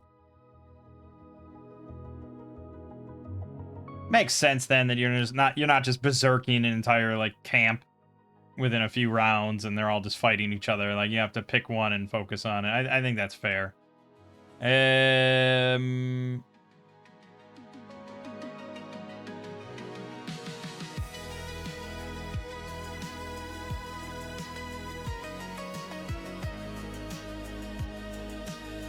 Okay. Blood Rage got. Nice. And then lastly is the talent for him. 2d6. 9. Permanently cast a spell of your choice with advantage. Oh boy. I mean, Magic Missile already has it and doesn't seem to do much good. I guess Blood Rage, probably.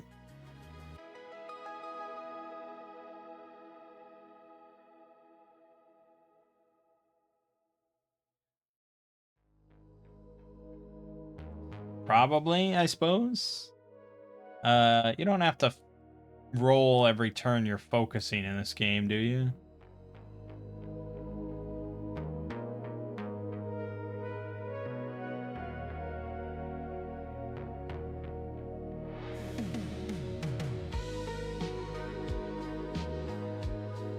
You do. Oh, you do. Okay. Yes, we're going to pick Blood Rage.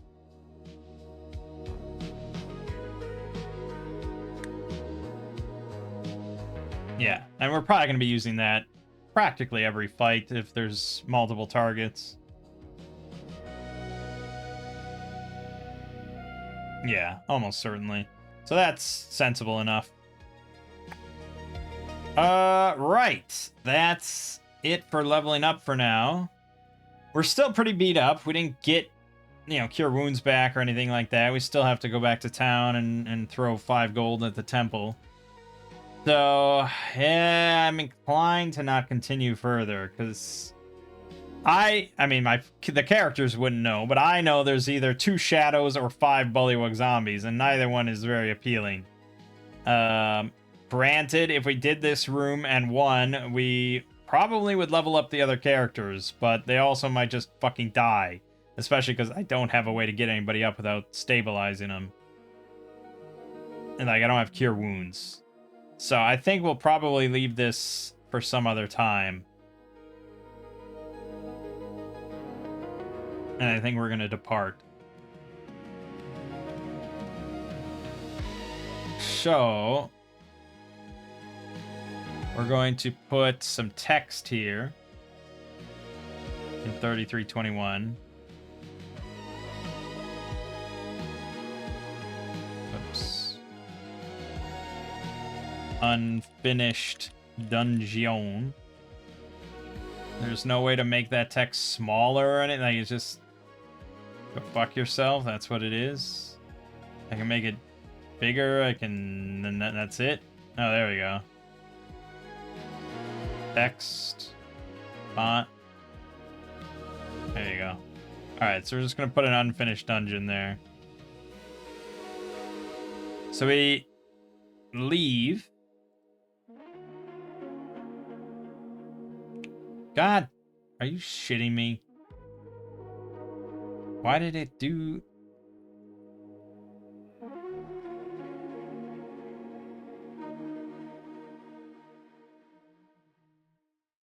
There's like a white border I didn't want.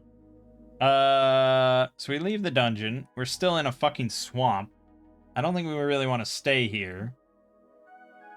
I think we have time to get back to 3221 probably. This is difficult terrain. It's a little bit annoying. I think I am going to have to roll 1 random encounter check on our way out. But otherwise, I think we can get out of here. The reason why we don't really want to stay here is because the area is swarming with mosquitoes. Anyone who remains in the hex for more than 6 hours may contract a blood disease. We don't want that. So we're going to get on our horses and ride out of here.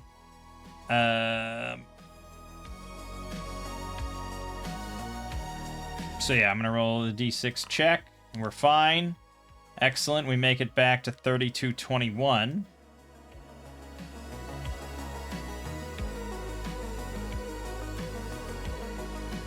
The dry plains. The ogres are now gone. You know, they've passed through. We're going to roll an encounter check in here. We're fine.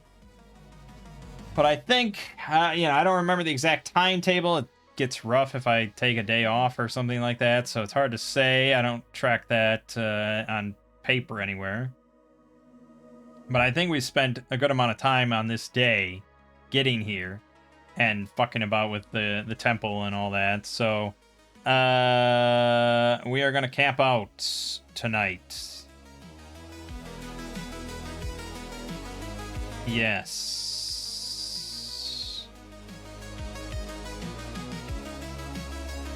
Yeah. So there's going to be 2 encounter checks overnight. We're going to... Oh, he gets magic missile back. We're going to consume rations. So we'll just have Xandor consume one of his sets. And Mithrix consumes one from her. Here are our 2 encounter checks. Yep, we did get one. So what is our result? Hobgoblin Cultist of Muzada, wearing a crown of thorns. Alright, what is Muzada? I assume it's a chaotic god. No?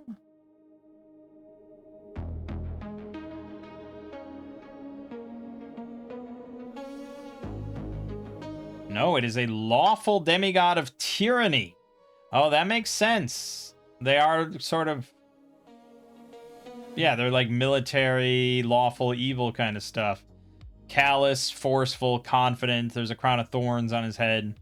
So this is a hobgoblin pilgrim. Yeah, there is no evil, right? And you got to keep that in mind. There's no lawful evil. You're either chaotic, neutral, or lawful. I don't really think of hobgoblins as lawful, and I'm sure if we check the monster manual for axe, actually I think if we check almost any monster manual ever, it's going to say they're chaotic.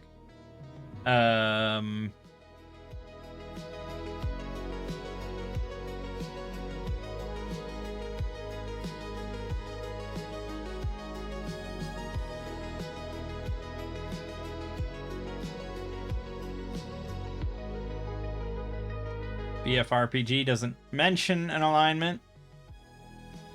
OSC says chaotic. Ostrich says lawful evil. Okay. Stand corrected.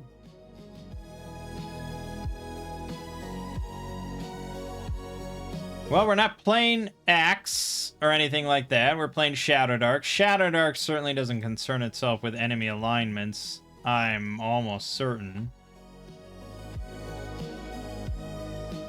Oh, no, it does mention alignment. Wow. Maybe I don't give Shadowdark enough credit most of the time. I wouldn't have thought they cared, but I guess they do. Okay, well then we'll look at Hobgoblin and see what it says. Chaotic. Alright, so this is specifically something that he has just decided for Terra Invictus. That they are lawful, they worship a lawful deity. All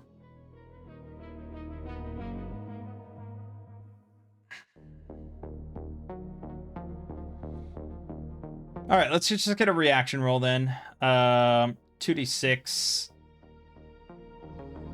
Is this modified by charisma in Shadowdark? Because I feel like it's really easy to have a high charisma or a high whatever.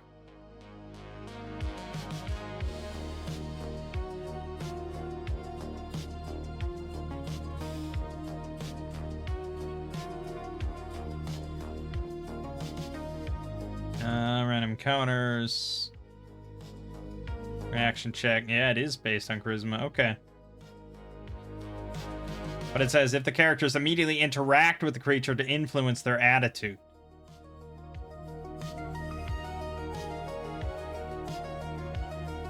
Yeah, I suppose we wouldn't necessarily interact with it. And we want to know more of what it's doing and how it approaches us. Which is generally what the reaction roll is sort of meant to determine. I mean, I don't think we have to really figure out what it's doing. It's a cultist. It's probably on a pilgrimage. That is sort of a big part of this setting. And it's sort of like an easy plot hook for your own characters if you have anyone that are really religiously minded, like a cleric or something. They can go on a pilgrimage of their own to a specific hex. So for Etzel, I don't remember which one that was. That was the lawful one, right? No. What did I? Oh yeah. How did I end up with a chaotic monk? I usually don't like doing that. Etzel. Yeah, the demigod of waves. That's right. Oh, it actually doesn't mention the pilgrimages in this one.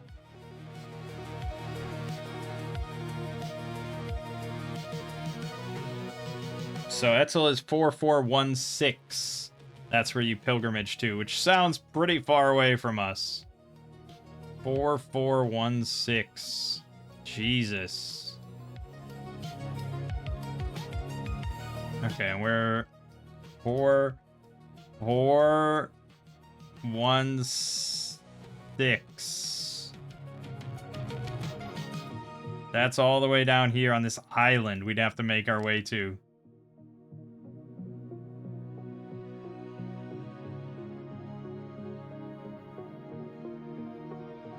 And there's like nothing there. I mean, it's a random encounter to find an underwater shrine of Etzel designed to channel wave energy. But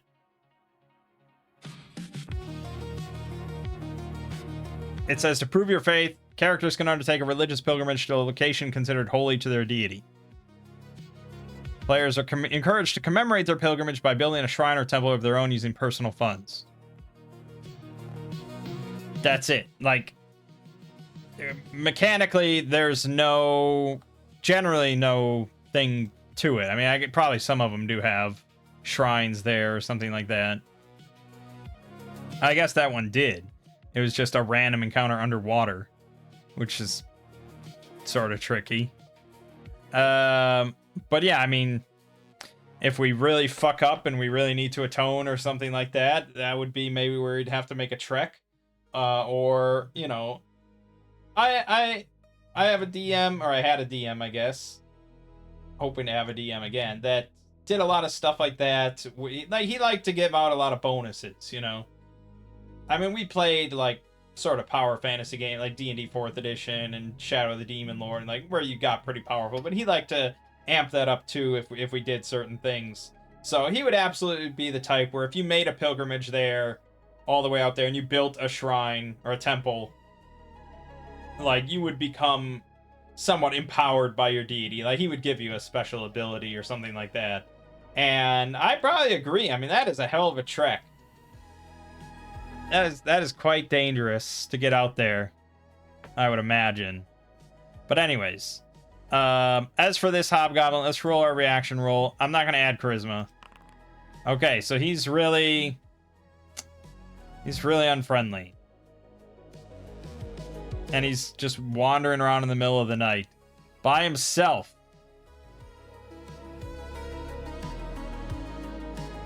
Why would he do that?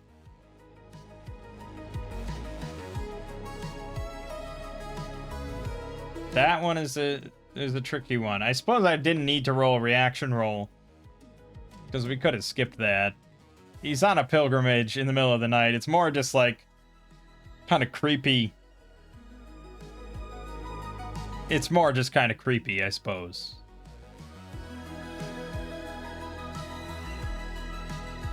I don't think he's really going to start anything with a party of 4 adventurers.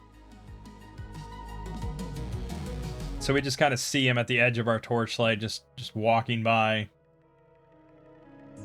Or maybe we don't even see him. We just, like, hear walking, like, you know, 60 feet away or something. If we want to go investigate, and we just see this cleric walking by himself through the wilderness. It's creepy shit, man. Alright, but we wake up the next day, rested. We get all our shit back. Life is good. Well, we don't get Cure Wounds back yet. And I guess we already got all the other stuff back. Yeah, okay. Yeah, I mean, we could go back right away now and finish up that dungeon. But I really do want Cure Wounds back. That's a little too important. So, we go from 3221 now to Poolgate. I'm going to have to roll 2 encounter checks for each of these. And I guess, yeah, that's it. So for 3221, nothing. 3122, nothing. and we make it back to Hoolgate, where we... Oh yeah, nobody took the bastard sword. Crundle took it, I suppose. Can I sell it? Well, I don't think there's any guidelines here, but the original does have some guidelines for that. I probably... Here. 5,000 gold piece limit on sold items. Buy at 110% price, sell at 90% price. That's pretty handy. I wish that was in the Shadowdark version, but I'm pretty sure that it's not. Yeah, it's definitely not. I don't know why. So we can, you know, everything. The numbers are different, by the way, because you can see the chest, the war chest or whatever, has 1,000 gold in here and a bag of badgers and a potion of flying, whereas here it has 9,862 gold. So the numbers are different. 10 times higher, so we're around about. So we're going to change this to a 500 gold piece limit on sold items, and we sell for at 90% value. So we need to determine the value of a magic +1 bastard sword. Does Shadowdark have any guidelines for that? If we roll on a treasure table, does it list values?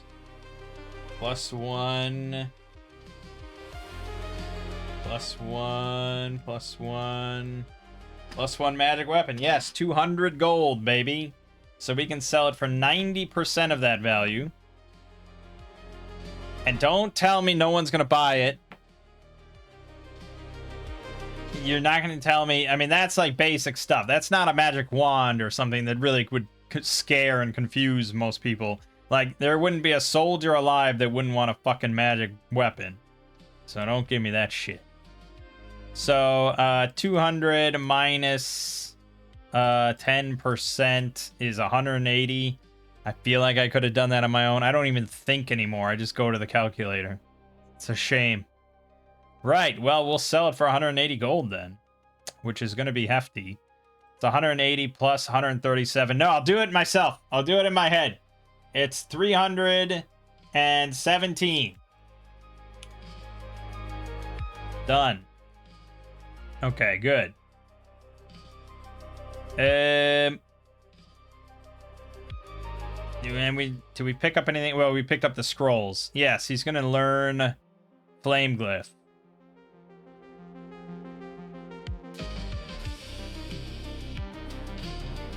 I don't think there's a way. Yeah, well, we'll just do it this way. Spell. Done. And that destroys this. But now we have Flame Glyph. I feel like I should just load up a little chest, you know, like a little miniature treasure chest, and just cover it in as many flame glyphs as my DM will allow.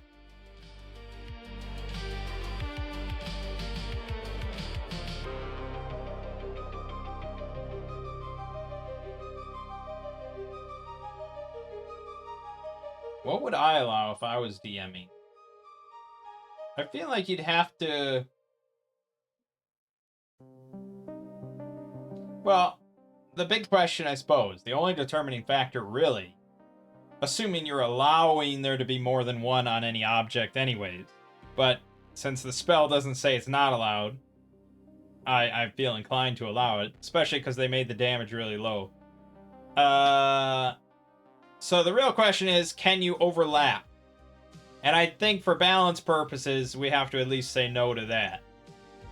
So then, if we say they can't overlap, we have to determine how big these glyphs are.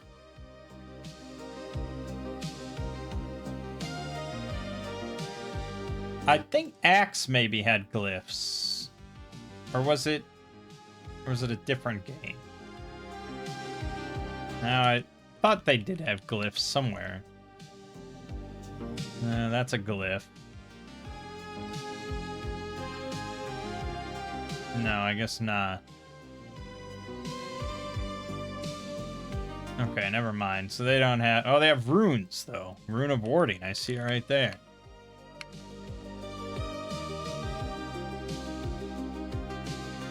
Okay, it's just Rune of Warding. But we might get some guidance there. Harms those who enter, pass, or open the target area or object.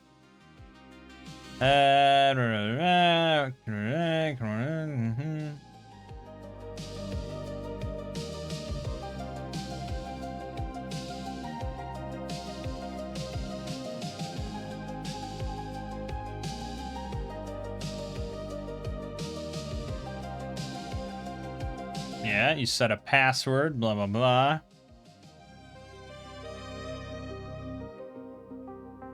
It's invisible, blah, blah, blah.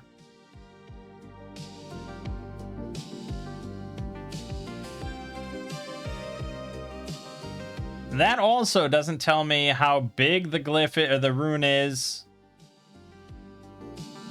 or if you can stack it. Which is interesting. You would have thought that it would. It's a perpetual spell. Was there a rule specifically in this? I know we're not playing Axe. I'm aware, but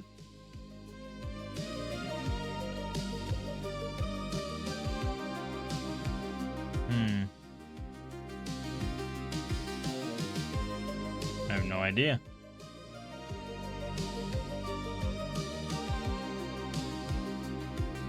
Okay. Then, oh, define terms.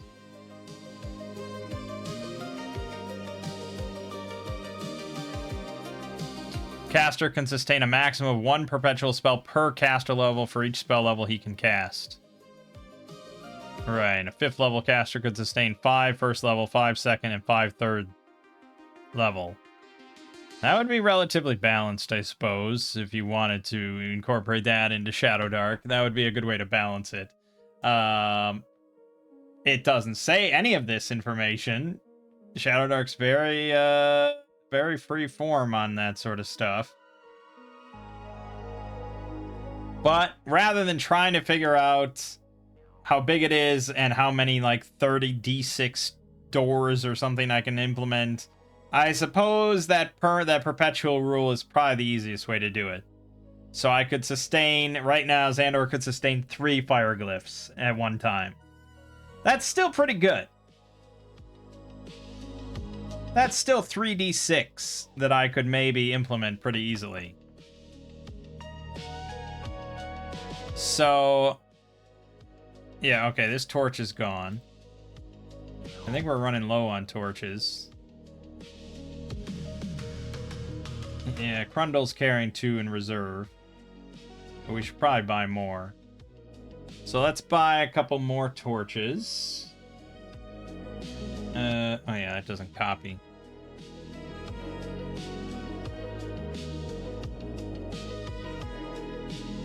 Torch. Torch. Now it's too many torches. Okay, I bought 1 torch. I'll buy 3 torches. Maybe we also want to buy rations. And we're still doing okay. We can still go out there for like at least 3 nights right now.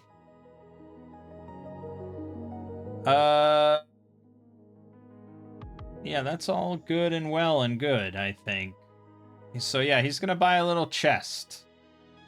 There's no guidance. I don't think. Oh, maybe the player companion has guidance on a little chest. Chest ironbound, heavy storage. Oh, standard chest, normal storage. Takes up 3 gear slots. Yeah, so I really just want the equivalent of like a sack or something. Yeah, just like a sack. So I'll say it takes up 1 slot. Now, why? What does it say for what a chest does?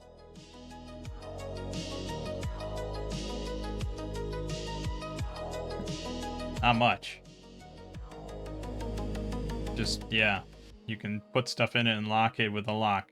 Alright, so we're just gonna buy a little chest. So we'll spend, with the torches and everything, I guess we'll spend 2 gold.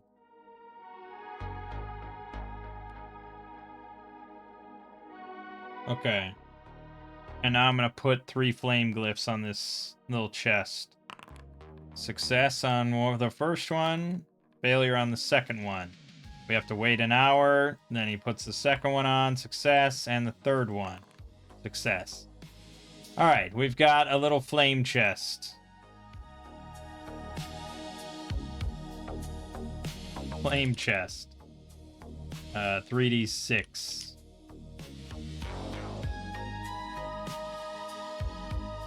Very good, my friends.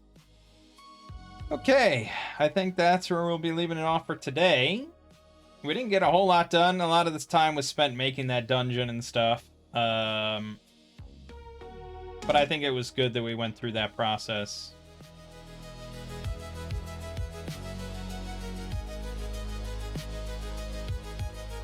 Yeah, I mean, I think there's a pretty good chance at some point in the future I will run a full campaign for a group using Terra Invictus. But like I said, I'll almost certainly be using, like, Tales of Argosa mixed with Axe and using these original rules. But I probably will also reference the Shadowdark version for the extra things that it adds and stuff like that. Like putting that little underground dungeon there, that little submerged temple or something there, like stuff like that. There's all sorts of added things. It's nice to have both, which means that it would be kind of nice if he updated this version. I don't know if he'll ever do that. He seems pretty interested in Shadowdark for the time being. But I'm glad I have both. I mean, I don't think it's like the most creative or interesting setting ever devised or anything like that. And as far as I want to sit down and run a hex crawl for a group with the minimal amount of work and alterations and, you know, changing stuff. Yeah, I mean, Evils of Ilmire or something is right there that just kind of has everything for you. All the dungeons are laid out, and it's not a very big hex scroll or anything, but that's okay. You know, it does what it needs to do, and it does it really well. But for a big sort of open sandbox hex crawl campaign that I think is like the best part of RPGs, yeah, this is pretty good, because it's not just like a campaign setting of here's a region, here's all the lore, here's the major settlements, go ahead. You know, like there is actual guidance for pretty much every hex of what might be in there and things to sort of riff off of and things like that. And the freedom to drop in your own content. Yeah, the only thing that I might like, I would have liked to have seen maybe a bit more,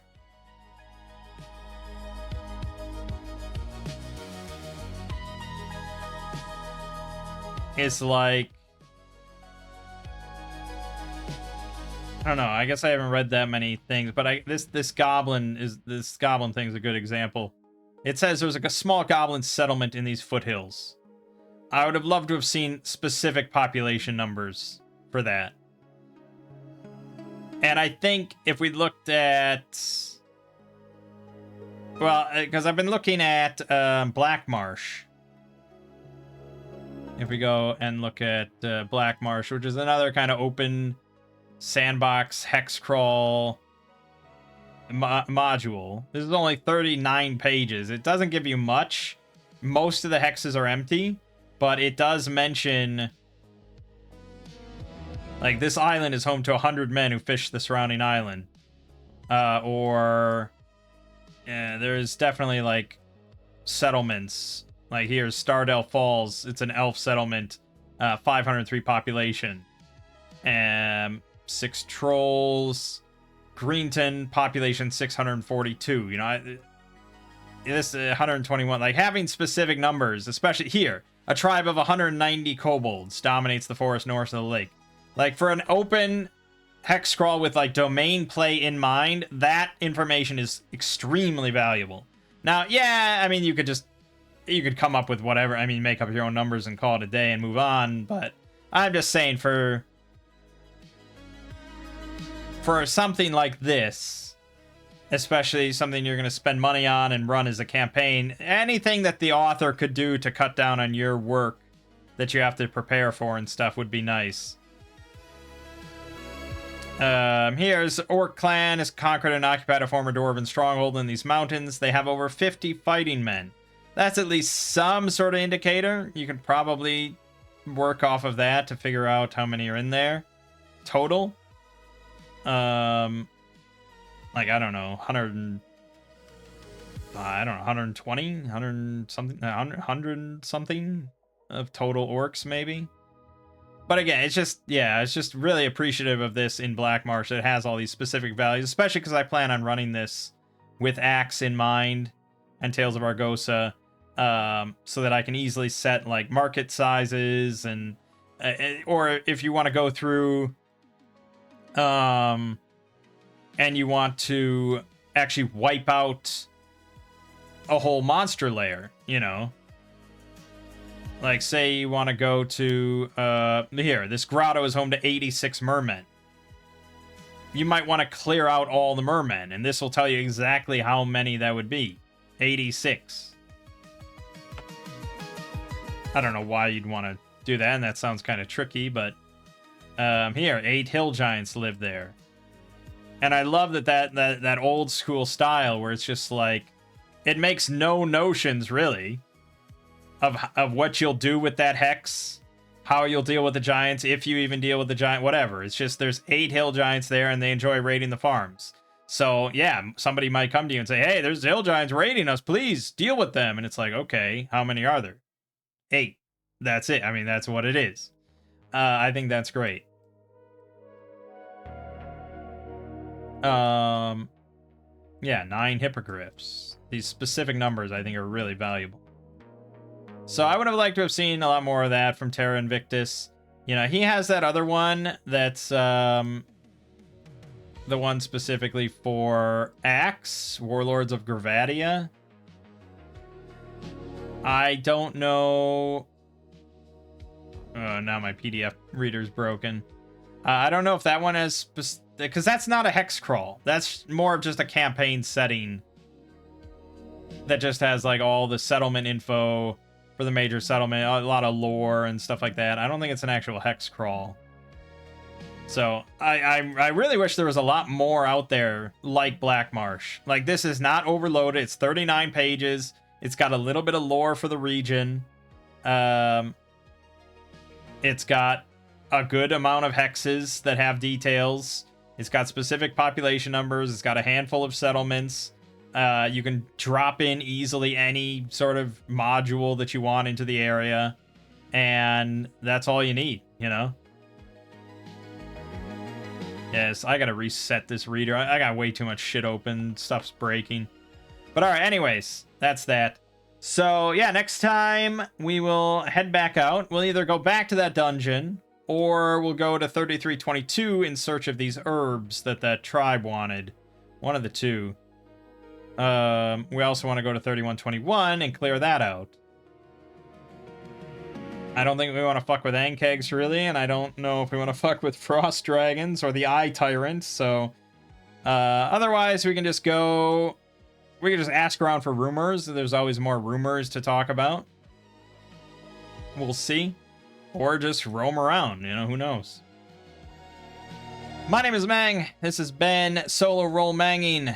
And I'll see you fine folks in the next part.